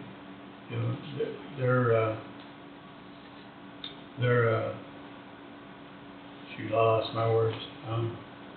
They're probably unconcerned because they're paying their guys already above what that is. Yeah. I don't know what the building part is. I mean, I would doubt that they're above and beyond. They will be on everything except for the electricians, pipe fitters, and sheet metal workers. Why do All of they those do will be- that every time? I do not know. Davis Bacon goes nuts on it. It's just those three trades is And what. iron workers. And iron workers, of course. Yeah. Those skilled laborers. So basically what we've said Like this the rest of us aren't skilled. Take that roller out there and see what you can do. So think of it like this. We propose a number to CDBG like this, a ratio of 750 to 375. If we come in lower, then we draw lower down. It's the ratios have to stay the same. So if we went in there and said, well, it's going to be a $3 million project, if we come in lower, then we're going to take less grant because they're going to hold us to that same ratio. So that's why we're trying to budget the minimum project cost to CDBG to give us the go-ahead, and they'll let us increase the scope of the work. And they typically don't do that. We apply for the road to be, a certain length, and they don't typically let you go back in and say, hey, the bids are under. We want to utilize that money on an increased scope of work. They get a little prickly about that and typically say no. So the $1.1 million takes it all the way to 20, is that correct? Minimum, that's our minimum. The bids may come in over, and at that time, we can consider those bids. Okay, but that's the minimum, and that takes it all the way to 20. That's what we have for the scope of work. Now, we bid it out, and it comes in above, we'll have to come before the board again and say, this is where our bids are, do we want to consider and accept these bids? If we accept this today, I'm a little bit on the lost side, I guess, Garrett. If we accept what we're talking about here today, that doesn't tie us out into any contract at all. No. It's just allowing you to go ahead. Bid the project till 20th Street. So we're not committed to any, and how long is it gonna take to get that bid out? A week, or estimate? Well, that's part of the reason the decision's needed. We have not done any engineering work on that, so there's a survey. I would think this is the best time to do it because even with these bids before you with Kilo that you've approved, in visiting a little bit with Kilo, I expect that we may see a little bit of grading work, but winter's coming, you're not gonna get asphalt. It's gonna be March. So that gives us a good 3 months to get plans, a second package ready, and we'll get it out to bid, so we can follow right up, probably in March, and then you'd see a bid package come out to do an extension on it. And that's from the road, that's from the bid that we accepted today on up Correct, Road. correct. It made sense at this point. We did talk about, do we do one package or break it into two? We really thought it makes sense to break it into two because we needed you to approve bids. These are good bids, let's get them approved. Right. And then we've got a contractor under contract, and let's see where we go from there. Sure. It's a good bid, and I don't blame you if you wanna take advantage of it. So I'm at the point, if it's just 375. I didn't write it down, 375. Basically, we're spending $375,000 to get 1.2 Correct. $1.2 million road, so. That's really what, yeah. I mean, That's, what we for me, a had- no-brainer. I'm not a smart individual, but I think my calculator worked pretty good on that. I appreciate that. We felt like this needed to come before you guys. This is an opportunity to, it's just, No, we got What's it over in here. front of us on our screen, that particular document showing the 1.8 million total cost. That's 704 above the 11.5, so what's our screen, So we, what's our screen saying? That might be the. I apologize, I need to repeat, I made an error when I attached an error document to Angie at 4:57 on Friday, and I made an amendment. Yeah. Yes, So the one you handed out is accurate, that is and correct. the other one is off $704,000. That's right, and I didn't, I was reviewing this morning and realized that I had made an error. So To the her. correct is $1,095,000 on that one line. Correct. 1,125,000. Right, yeah, one. Yeah, it's 11.5. And it corresponds with the budget amendment that I also sent to you right here. Right. Those numbers are correct, and I apologize again. It's all right, I just kept seeing that 1.6. And so this, on the budget amendment and the budget you had before you, at $1,125,000, again, the minimum that we are going to propose to CDBG in our contract budget amendment. okay. Where the bids come in later, we'll have to consider those.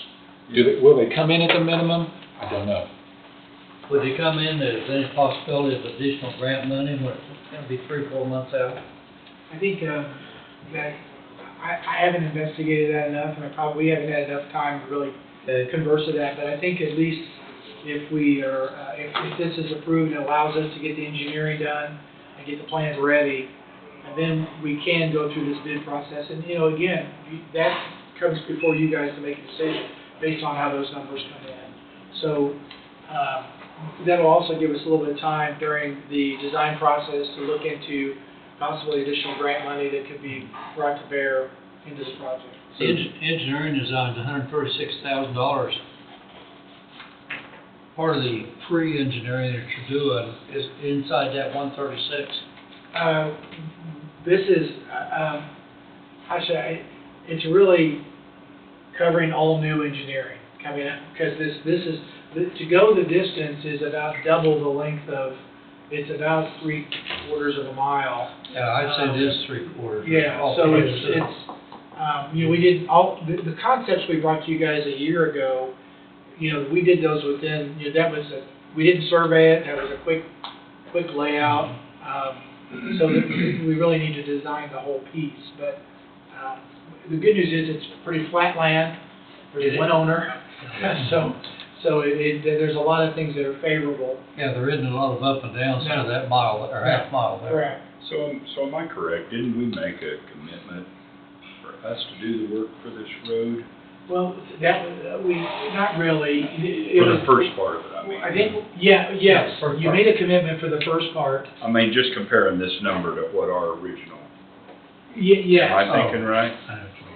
Yeah. We made a commitment with SSM, am I Yes, correct? yeah. That, about building the road, and then you got the grant money, so we're still below where we were initially thinking, right? I thought the first initial numbers that we was told that it would max cost Coffee County is anywhere from $500,000 to $600,000. That number was That's sticking what in my head. 5 to 750 or. Yeah, something like that. And I'm not saying that's accurate, that's just what I'm recalling, so. I I'll just say I had a similar recollection. We did go back in minutes. I think it was more a discussion. More of a discussion. And I know that you guys discussed some of the, I think it's the community development funds. Yeah, things of because that we're nature. trying to get You know, business there, you Yeah, know. but again, so I know there was some discussion of it, and, but to this point, really the only expenditure that I could see so far is any administration that's been done, and then the engineering we did for $52,000 for the piece of road that's been done to date. And then, so, you know, it's proceeding along the way that I think you all anticipated. I just thought that's a little food for thought, that here, what we thought might happen in the Yeah. beginning, Yeah, we're still, yeah. we would still, at this projected cost.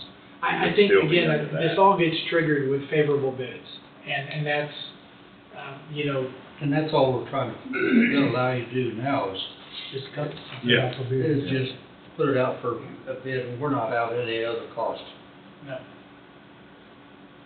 Because in the numbers Gary just went through with you, that includes the engineering and that, so that work gets covered. Okay. To get this done.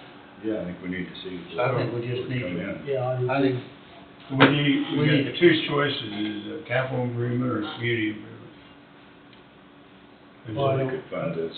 I don't Or think that's a. you need a I don't think we gotta motion worry today. about that yet. Need a motion today on this? or- I just need either a motion or a go-ahead for the chairman to sign the contract budget amendment request number 1, and we'll send that to CDBG and we'll get going. Well, I look at time, we're only up today, just allow them then to proceed ahead, and give us the answers that we need down the road. Yeah, that's correct. That's You're our- not asking for a financial commitment right now.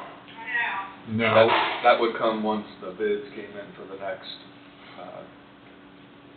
portion. That's correct. And engineering was in the original budget as it was anyway. So there's no increase there. So on the back end, if the bids come in and the board does not want to go forward, what will the county be out again? Whatever is left of the 750 plus whatever else has been expended? I know they're probably just gonna extend their numbers.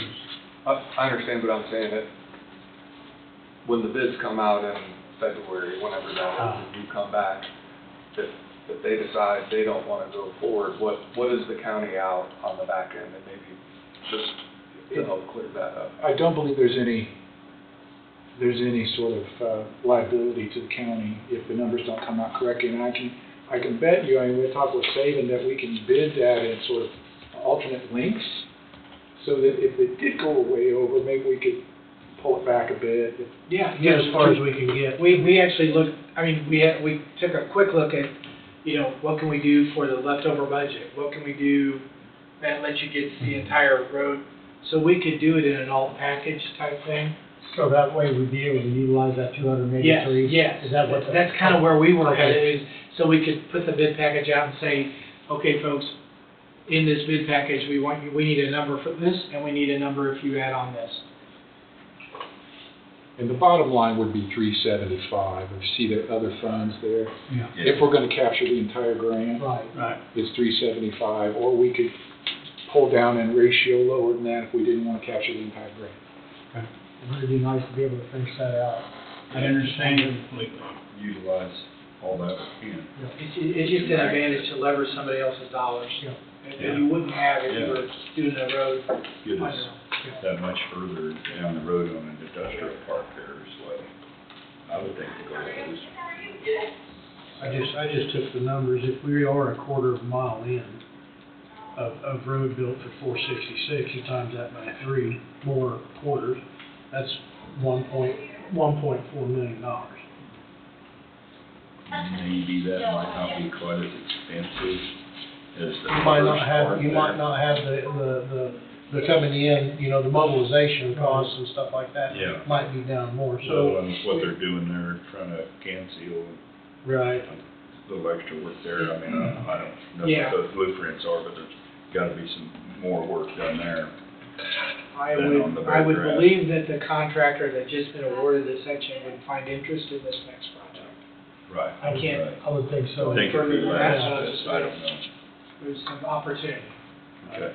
Motion reads, to authorize Director Chairman to sign contract amendment request number 1 for grant number 23-IN-001 with a revised grant budget amount of $1,125,000 in an attempt to comply with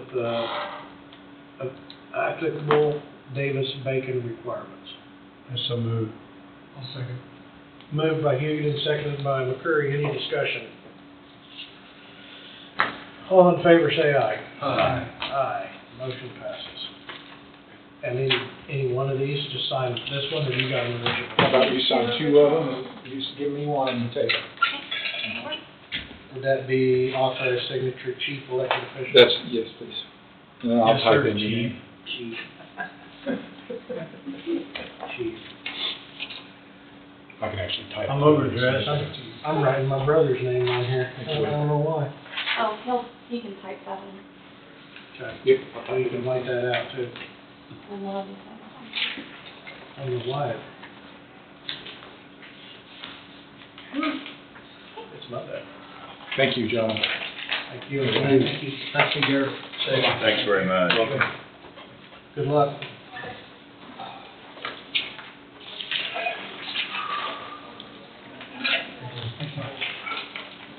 Mr. Tiny, have a good day, sir. Happy trails.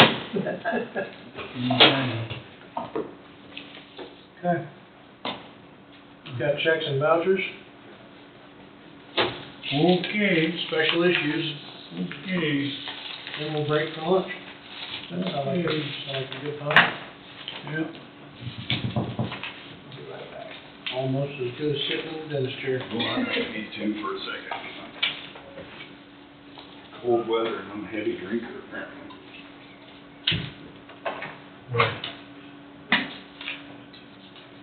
Talked to my neighbor about being cold all the time anymore.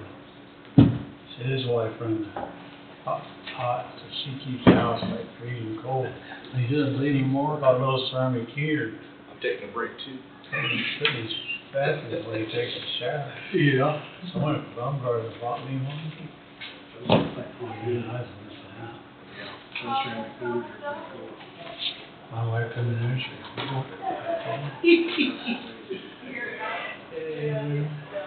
I'm staying weak.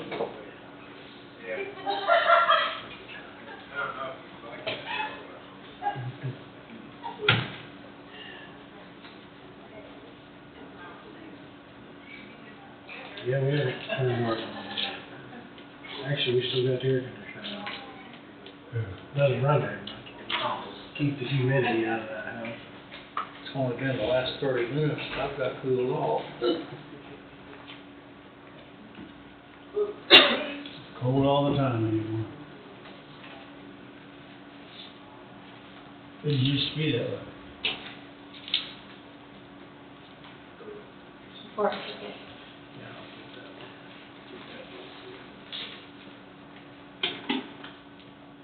What, are you freezing now? Are you freezing now? I have cooled down. You have cooled down? No longer 1,000 degrees. Thank you.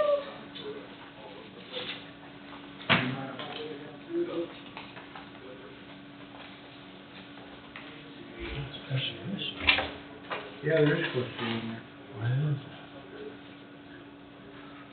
I can't answer that. We had some stuff last week, I think it was. Or last week was checks and vouchers, wasn't it? Yes, sir. Yeah, yeah. Good stack there, I'll just, pass it, but There's more. Goes in this folder. That's one folder, we got another folder here. Okay. Here's folder number 1.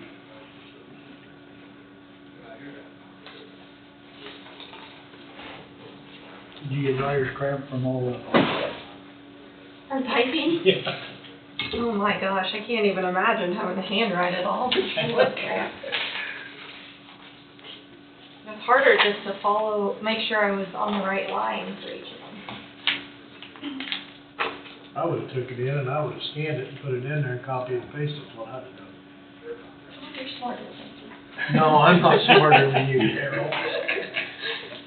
I just know the. You just can't type. Yeah. Can't type, can't spell, can't read. I'm a mess. I'm with you, Jesse, when it comes to, can't type, can't read, that's the reason I use my phone to spell all the words.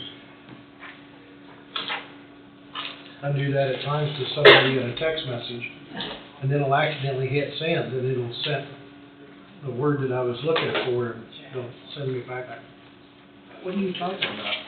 Never mind, this goes, I tried. this goes in that yellow file. Yeah. I'll have Hart tell him I was using it for hooked on phonics.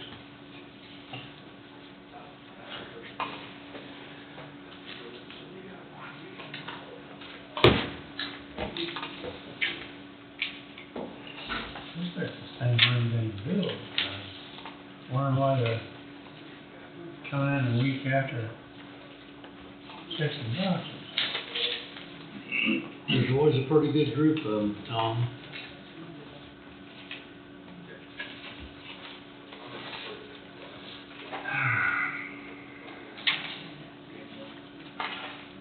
Like I say, they're going on monthlies.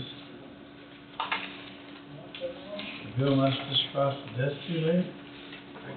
Probably the good quote that she used. That could be too. Snail service.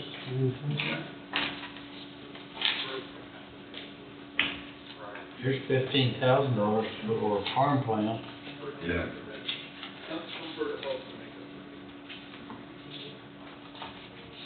Must have a proof of issue there. Or several small ones. Yeah, or so small. It wouldn't take very many of them to get to 15,000. No. Yeah, they send me some gift certificates like that. I call it hate mail. Yeah.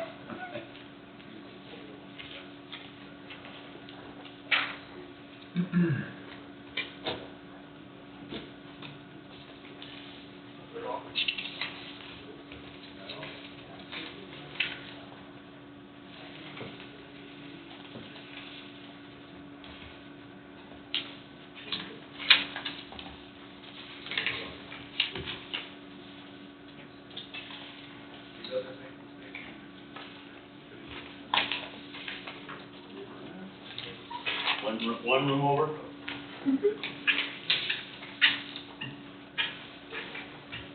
Wasn't there a sign up out there that said voting that direction? We I have think signs. I think it's behind the vending machine. Yeah. People can't see it. Only have 32 more minutes, so they better hurry, right? We'll be unhappy here in a little bit. Tomorrow's a big day. Farm service is $12,837. Sheriff's office. They got over 70 just today. 70 today. Oh, yeah? Wow, he's pretty healthy. Yeah.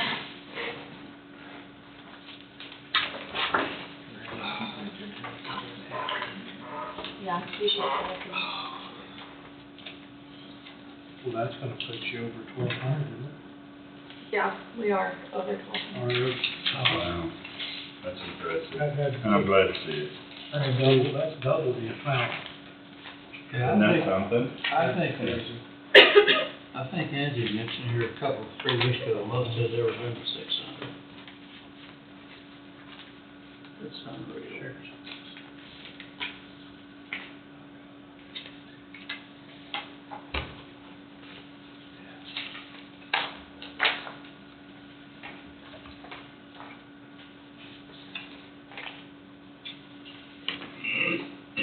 Used to be about $8,000, 6 to 8.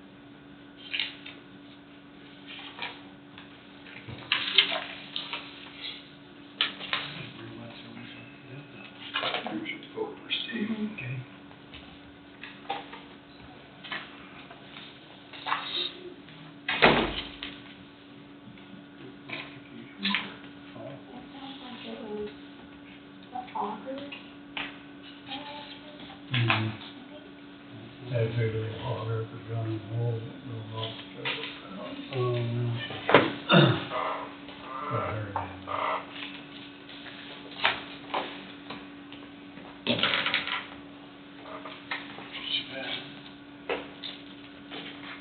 Oh, good. Can't have nice things. A bullet in a china closet. Truck drivers.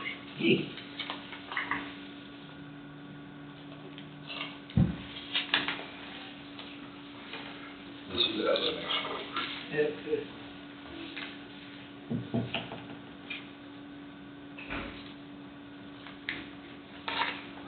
On our way back up from either to or from executive session, one of the construction guys with the downstairs construction for the health department stopped me and asked me, when are you gonna be done upstairs, because they're trying to keep their guys from not making a bunch of noise. And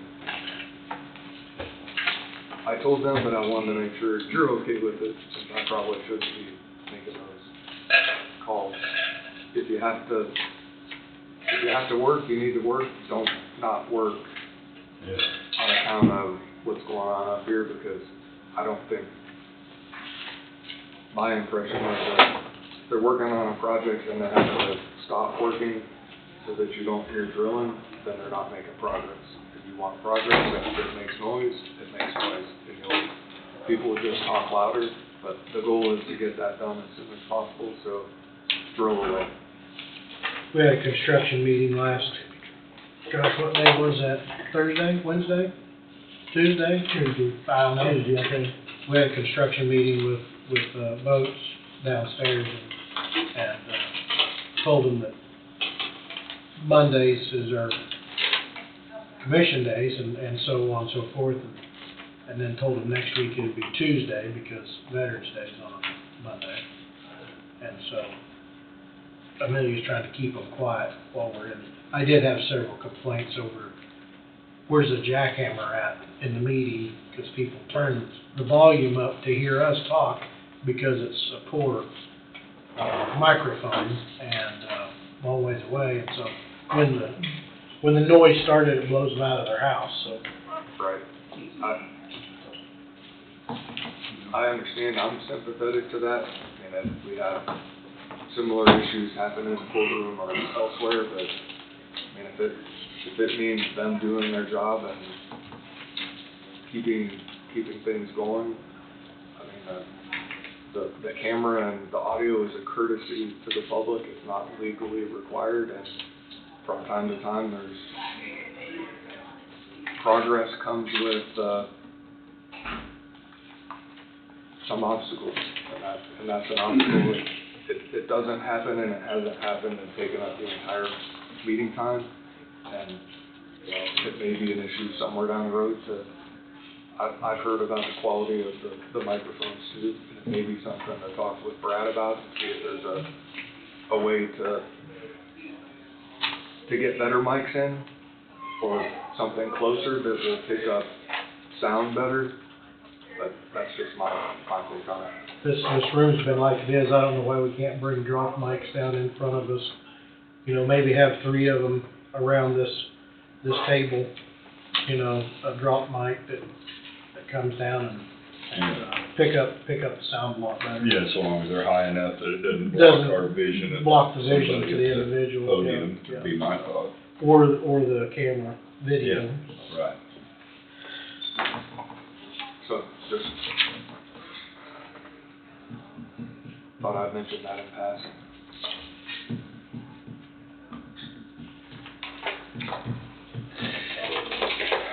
Looks like we're making good progress down there. Yeah, I know the masonry guy. I didn't know he was down there until I went down for executive session.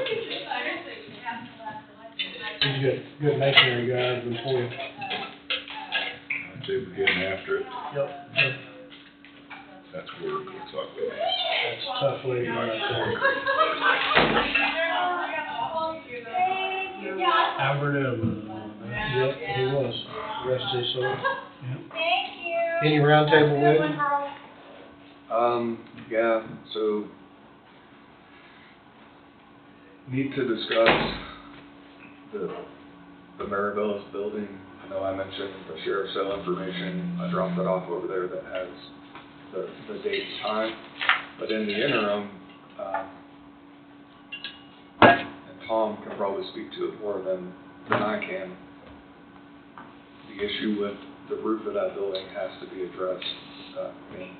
If nothing is done, then that roof is only going to deteriorate and be more of a problem than what it is, and maybe it's already a problem. The complication is the county doesn't technically own the building. The attorney who's been working with the county, he's been in communication with me, and he's requested that I be present for the sheriff's sale, and I put in the bids on behalf of the county. He can come, but if he comes, then it's an additional expense, and I don't think that's needed. I'll be here. It's an open day. It's the same day as the county Thanksgiving. So if you're okay with that, that would be my plan. There is an interested party in renting that would at least help offset some of the expenses for the county. I think the decision needs to be made there. I don't want to go into great detail about that, and if you want to talk about it more, it might be worth an executive session to talk about sort of some of the legal obstacles that would be required there, but I think there is a path moving forward to get there.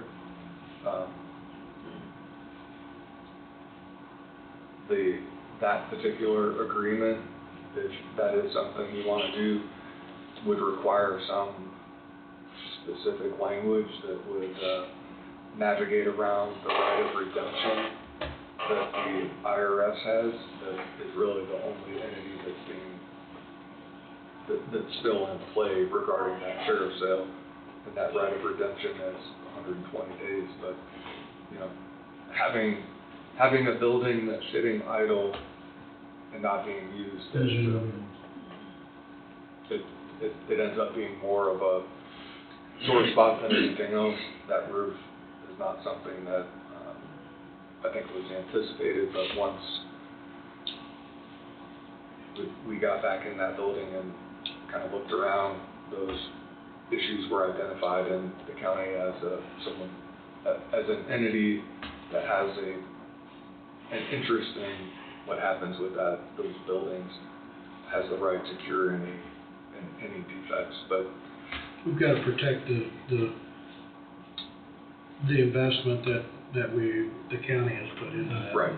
I'm the last one to want to dump more money into it, but it's either that or let it fall down, and you get nothing out of it. So, with that being said, I did speak to an individual about the roof, and that partial fixed patch job, if you will, would be a third or more of total replacement. Total replacement is what's up there now comes completely off, so that you can inspect the decking, and then you'd have to do a time and material, replace any bad decking, and then a roof,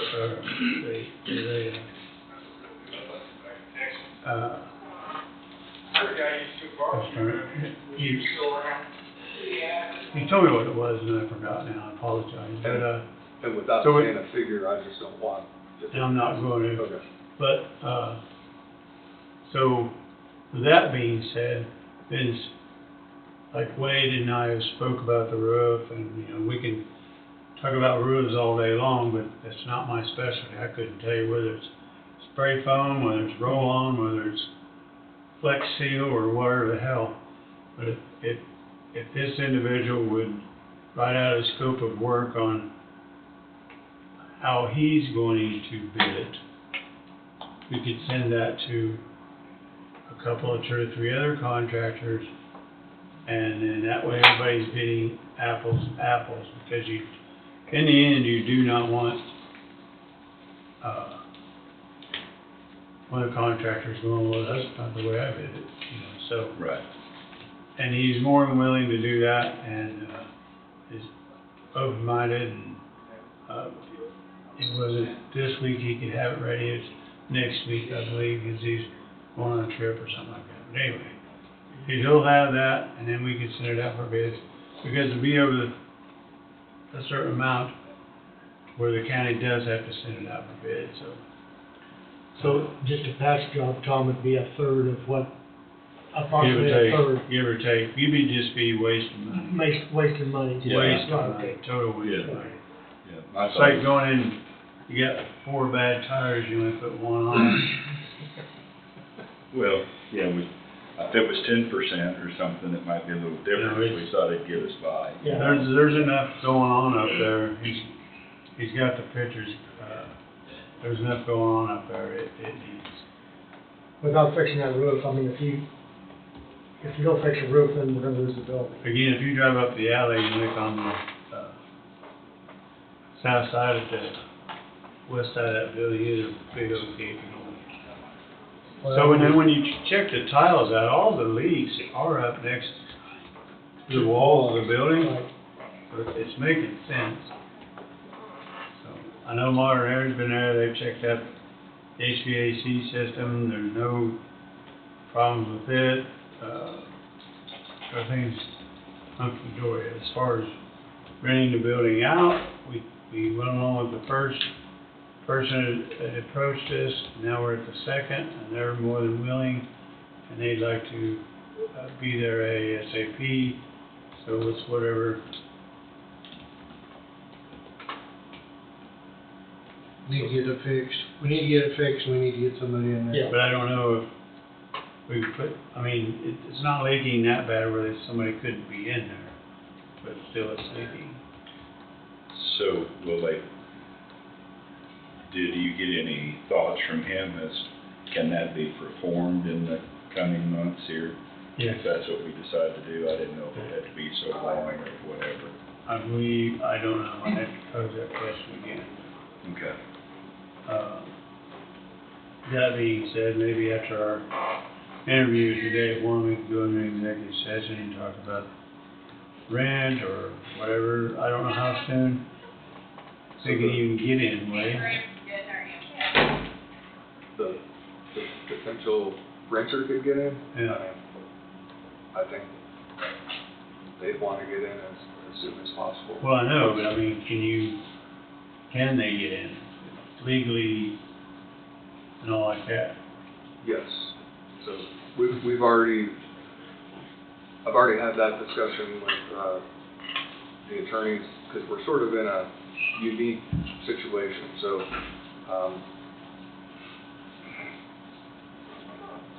part of my communication with the attorney is the mortgages are now foreclosed, but we don't own the property.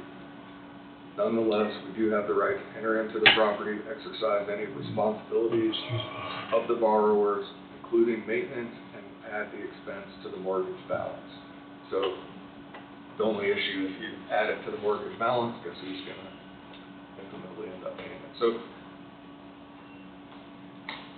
it can happen. It's putting together an agreement that if at a sheriff's sale or the IRS somewhere down the road comes in and they outbid the county, then there has to be an escape valve for whoever's renting, so they don't end up. And when is that again?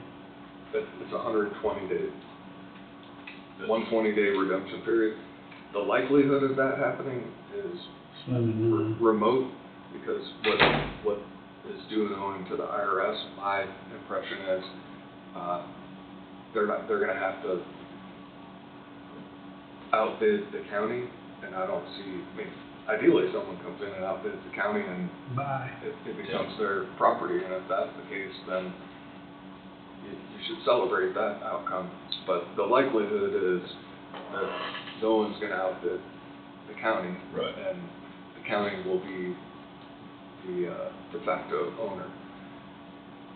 But in the interim, the county does have the ability to mitigate some of the cost and exposure that it has by renting it and just putting together an agreement that captures what I just said, that there is this other issue kind of spinning in the background, and until that's resolved, then the county can rent it, but under these conditions. And then once that time period runs, then it can transition into a flat-out agreement. So, like I said again, I was suggesting after that interview, we do an executive session to discuss dollar amounts and all like that, or do you want to wait for that? I think it's your call. I think Well, the like I said, if sooner- they're wanting to end soon, I don't know how soon it'd take you to get anything together, and you're gonna need a dollar amount to know what to put together to begin with. So, All true to do something immediately. I assume that anyway. all true. I know from these people contacting me what their dollar amount would be. They would pay all utilities, they would have renter's insurance and whatnot, and what they did with it would be up to them. It would not include the Apartment. apartment. We can't, insurance purposes, we cannot sublet it. Too steep of a situation. So, You get somebody in there, you can't get rid of it, it's complicated. so I say we get it done after the 1 o'clock interview, Okay. because it's gonna take 2 weeks. I mean, 2 weeks. So before then, it's just keep adding Yeah, on. I know, I just keep getting asked, and it's like, of course, I've missed the last 2 weeks. We thought this was all gonna be wrapped up by May of 2024, Yeah. and here it is, almost 2025. So- That's my suggestion. Everybody good with recess until 1 o'clock? 10, or 11:50, 1:50, 12:50? or 12:50? Then we come back here and then we'll go downstairs. Yeah, we'll come back here, get gathered up, then go downstairs at 1 o'clock. Sounds good. Very good. We'll recess at 11:48 until 12:50.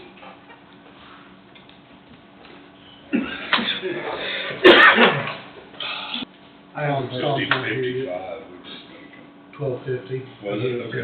Yeah. Okay. I couldn't remember which. He's not gonna come back. I figured he probably would. Oh, but he'll be back. He'll be back. I think we'd be here sitting Can you just I open couldn't this remember. door? I couldn't Yeah. remember which we, You want me to keep the door open then? Yeah, you can keep it open, yeah. I couldn't remember which we did, whether it was 5 till or 10 till. Yeah, I made it. Get here and get ready. Yeah. Like the last time I threw my paper away, I think we've got a 45-minute.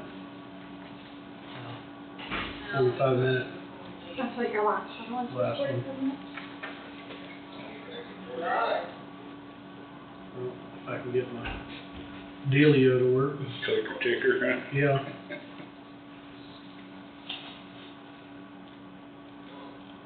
I guess I could have went the other way, probably been faster. Nope, not really, but. That don't work either, huh? No, not really. Just letting them know he is here. He is Okay. here, okay. Yeah, we're waiting on Tom, and then we'll be down. All right.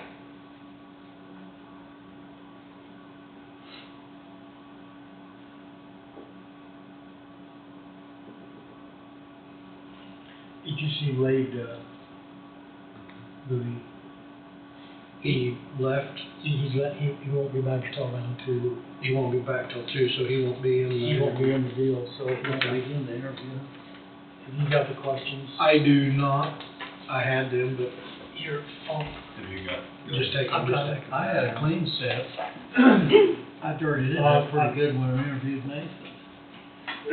I've got some scribbling, but maybe you can. I had a clean set with each one that I give a copy to somebody. And Uh-huh. I don't know, Wade said he had something come up. And him and, to his guy that's with him quite a bit, they just set it up.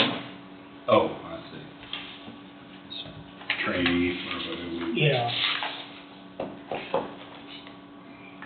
And it's number 2 that we were gonna interview, is that correct?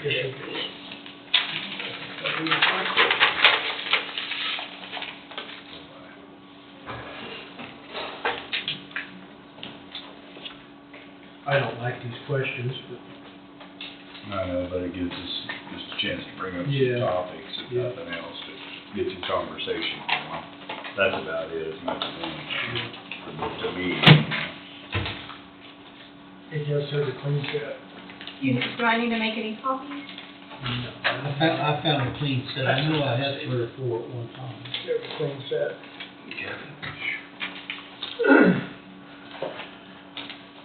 You're back. Yeah.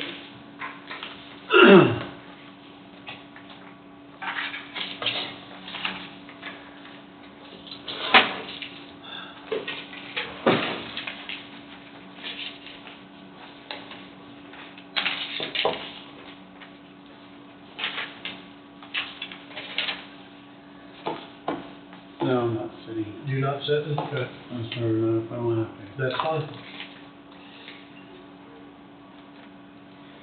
The applicant is downstairs, so. Okay.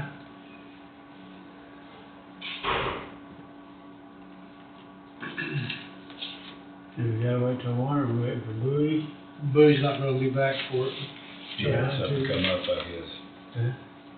So, well, when she hits 12:55, we'll make a motion there. I'm gonna be here at 12:50.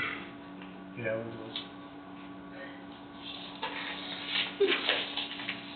Let's hurry. Yes, you did fine. We just flipped the switch on, just waiting on it. Yeah.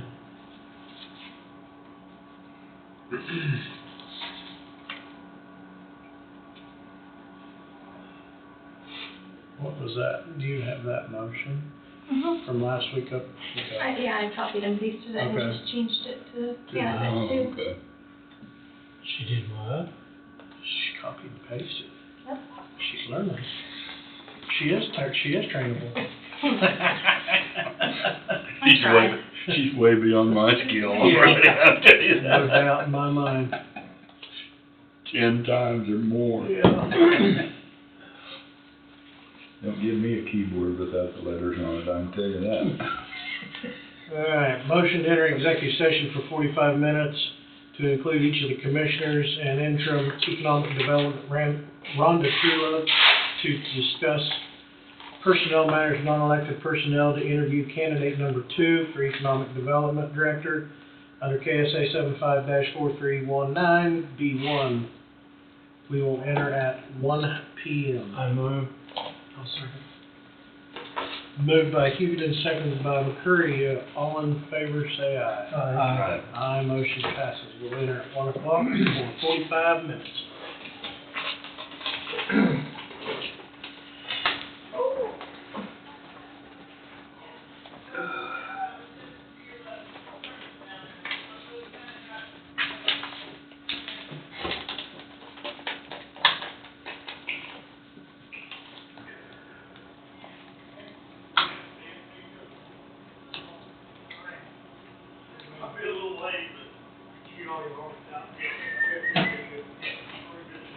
Well, you kept it all under control while we was gone. I'm gonna set an alarm on my phone, but and it's gonna be flashbacks to waking up in the morning.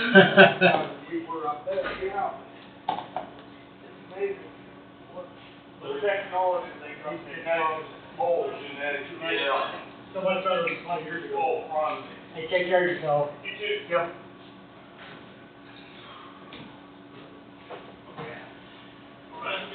Switch is on. Okay. You gotta behave, yeah. You gotta behave. It's no fun. Yeah. We'll be writing about you next if you don't behave. They'll be leaving everybody else alone. Yeah, that's what I say. They're picking on me, they're leaving somebody else alone, but that's not the case. Yeah, I got it. Hi. Hey, long time no see, Rhonda. Yeah. Wait on Tom to get back.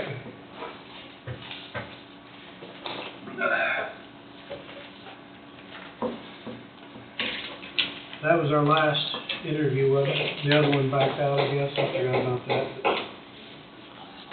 He accepted another job that morning. Oh, really? Well, that's good. At least we found out then. Yeah. Making it, Tom? Sorry. Nope, We're you're fine, man. We got all day long. I do. You want to stand for a while? Please. Okay. We're back. Rhonda, you got something else for us? Yes, I received this in the mail last week, and I'm not sure how to proceed with this.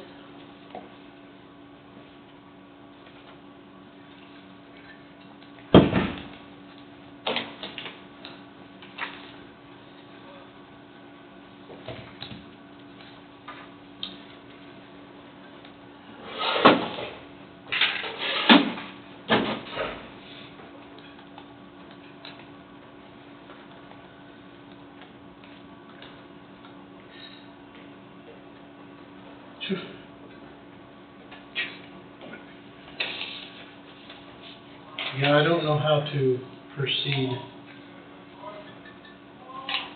with that. You know, the county gives each city funding for Parks and Rec and other things. I don't know if that would fall underneath that criteria or not. It is a substantial amount, but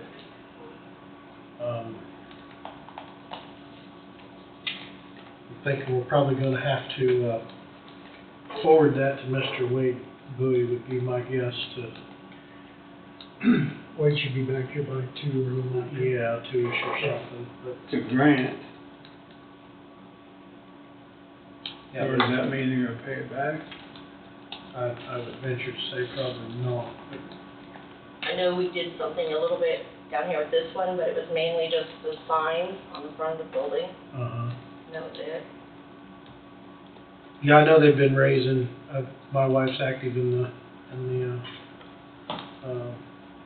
Legion and we're supporters of it, but, I don't know.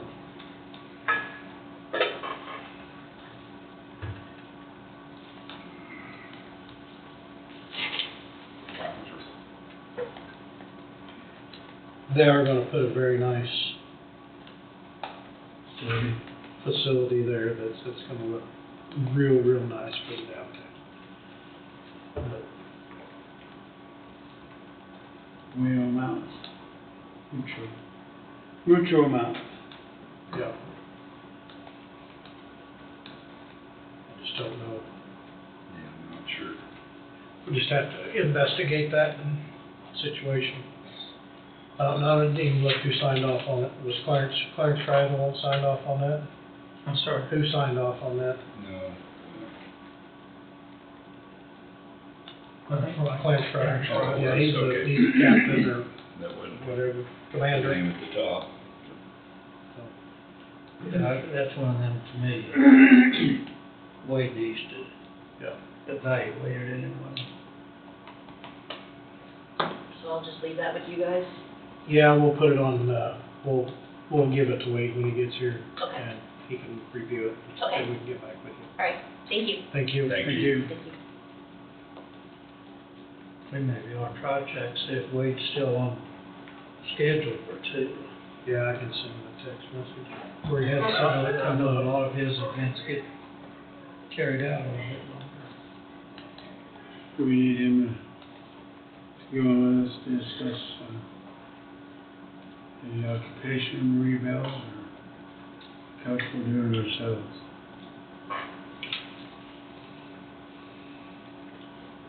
On the Marie Bells? Yeah, the occupants that may want to. Yeah. Well, I would think, we yeah, should. we'd want him because he's gonna know the loopholes and the stuff that needs to be put into place for I agree to that, but we were gonna discuss the dollar amount Oh, okay. I know of the name. residency. I know the name, I don't know So him. that he could start the I'm not sure if this documentation, was ever, the way I understood it. I mean, the rest of the towns all put theirs up by themselves. I mean, we can do, You see where he's at first.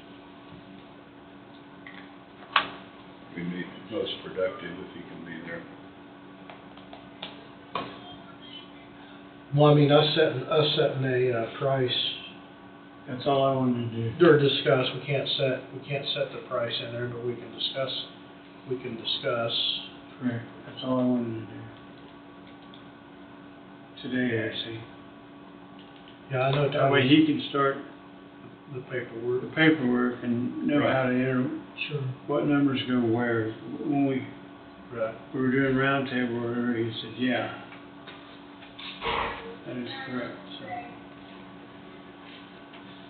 He has not looked at it. We wanna keep this for Yeah, we'll keep laid down there, or Yeah, I just did, I can just put that put on. it there. Just remember to mention it to him.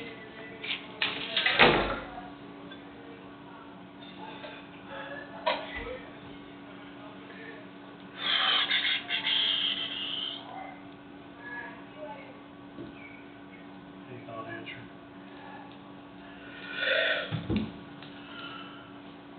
Up to you.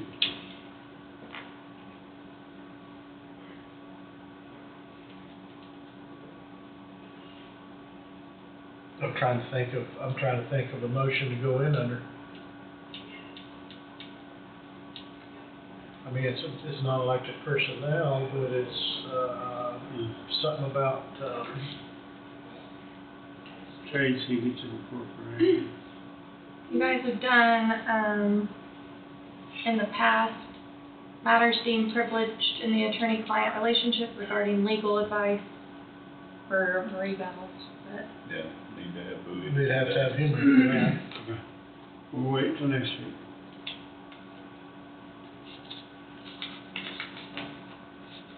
I mean, I don't know why we couldn't discuss pricing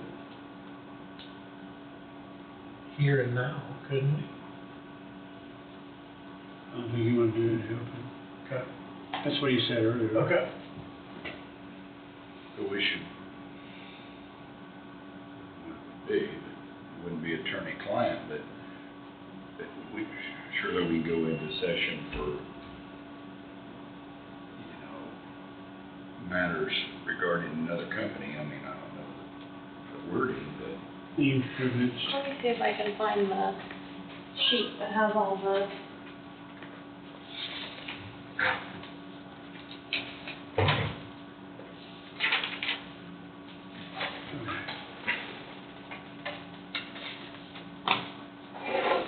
there's Angie, you'd swear she had an election.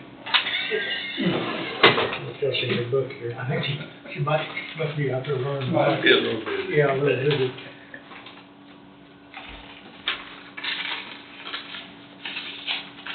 That disappeared for a bit. I don't think he could do it. Okay. Tom's gonna jump out for just a little bit while we're looking at this to see what we can and can't do.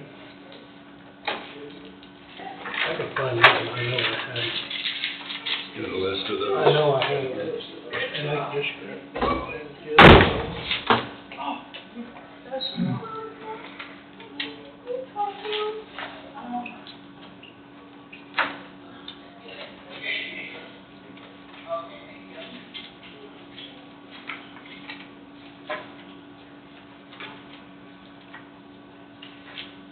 I think I found it here.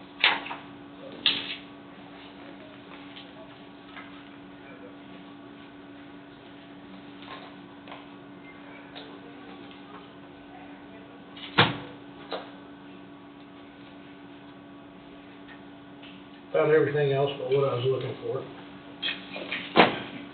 About normal. Yeah, that's my problem, is then I forget where I found what, if I need it later. All the other things you find, you know. Where's the statute?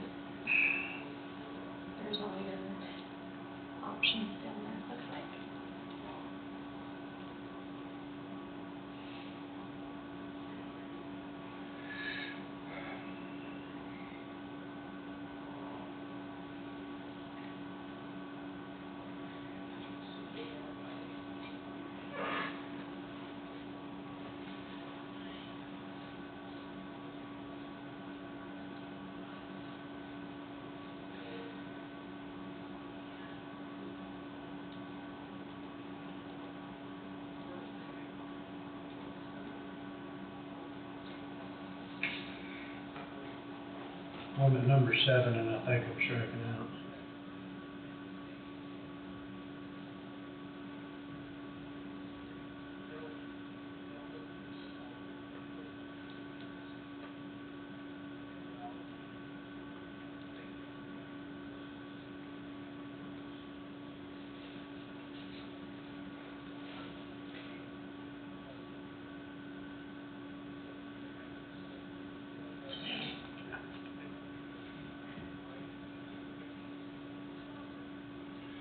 Yeah, because we're not meeting with another company, outside company or anything. I think we've got to discuss it in an open session.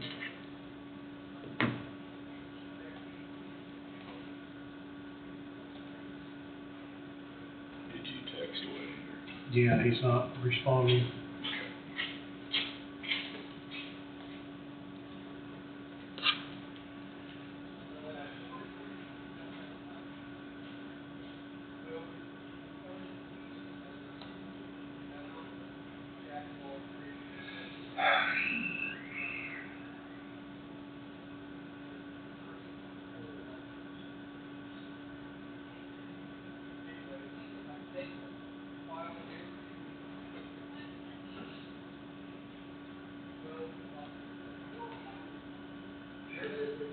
I mean, if we're discussing a potential client,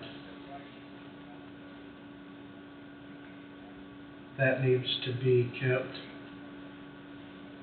under wraps until contract is signed. Which that's what we would be doing. Right. I think so. To discuss data related to financial affairs, trade secrets of corporation, partnership, trust, or individual partnership. That probably, because we are discussing a potential client, I would go for 75-4319 part 4 B4.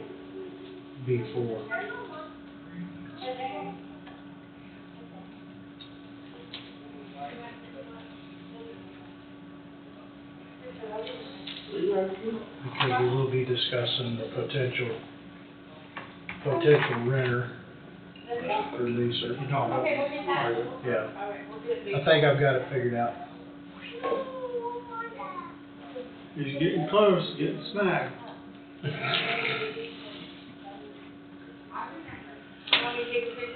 Can we just do that here?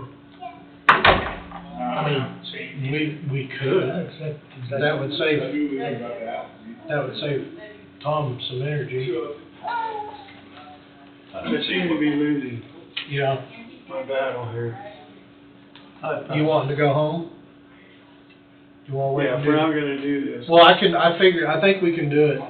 Discuss data related to financial affairs, trade secrets of a corporation, partnership. Do it here. How long do you want? 15 minutes? I get 10 minutes? Yeah. You okay? Yeah. Yeah. I suppose you got your car for Huh.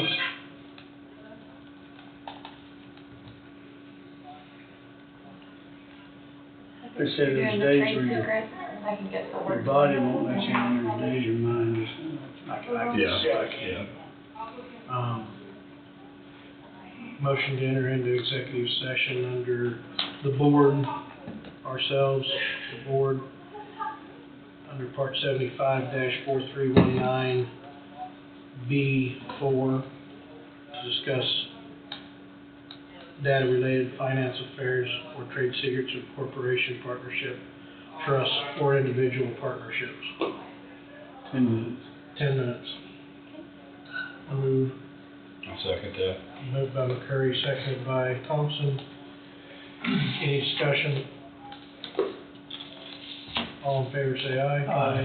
Aye, motion passes. We'll enter at 2:05 for 10 minutes. Right here. Yep. Thank you, Thank Casey. you, Casey. Thank you. Well, thank you for that. Yep. Yeah. You might wanna hit that door so Casey knows we're done. Don't mean to run you around. no, you're fine. Might have to go get her.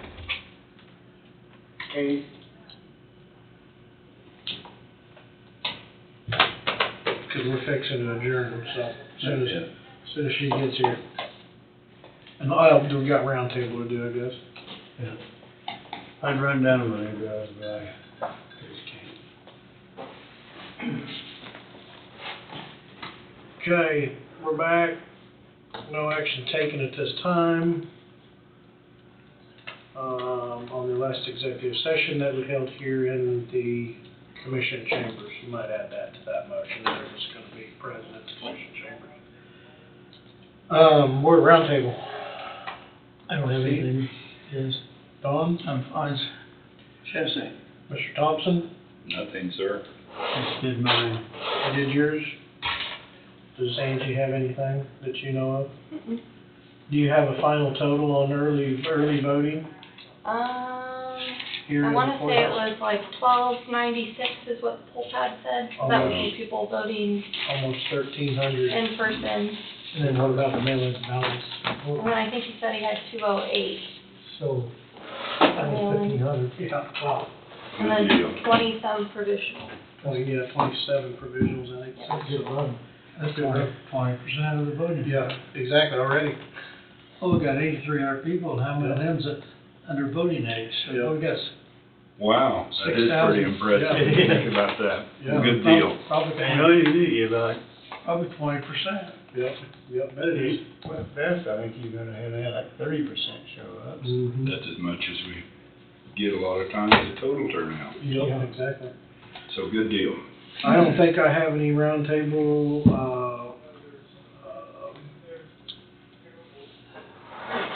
Wade says yes, needs to be fixed ASAP, he agrees.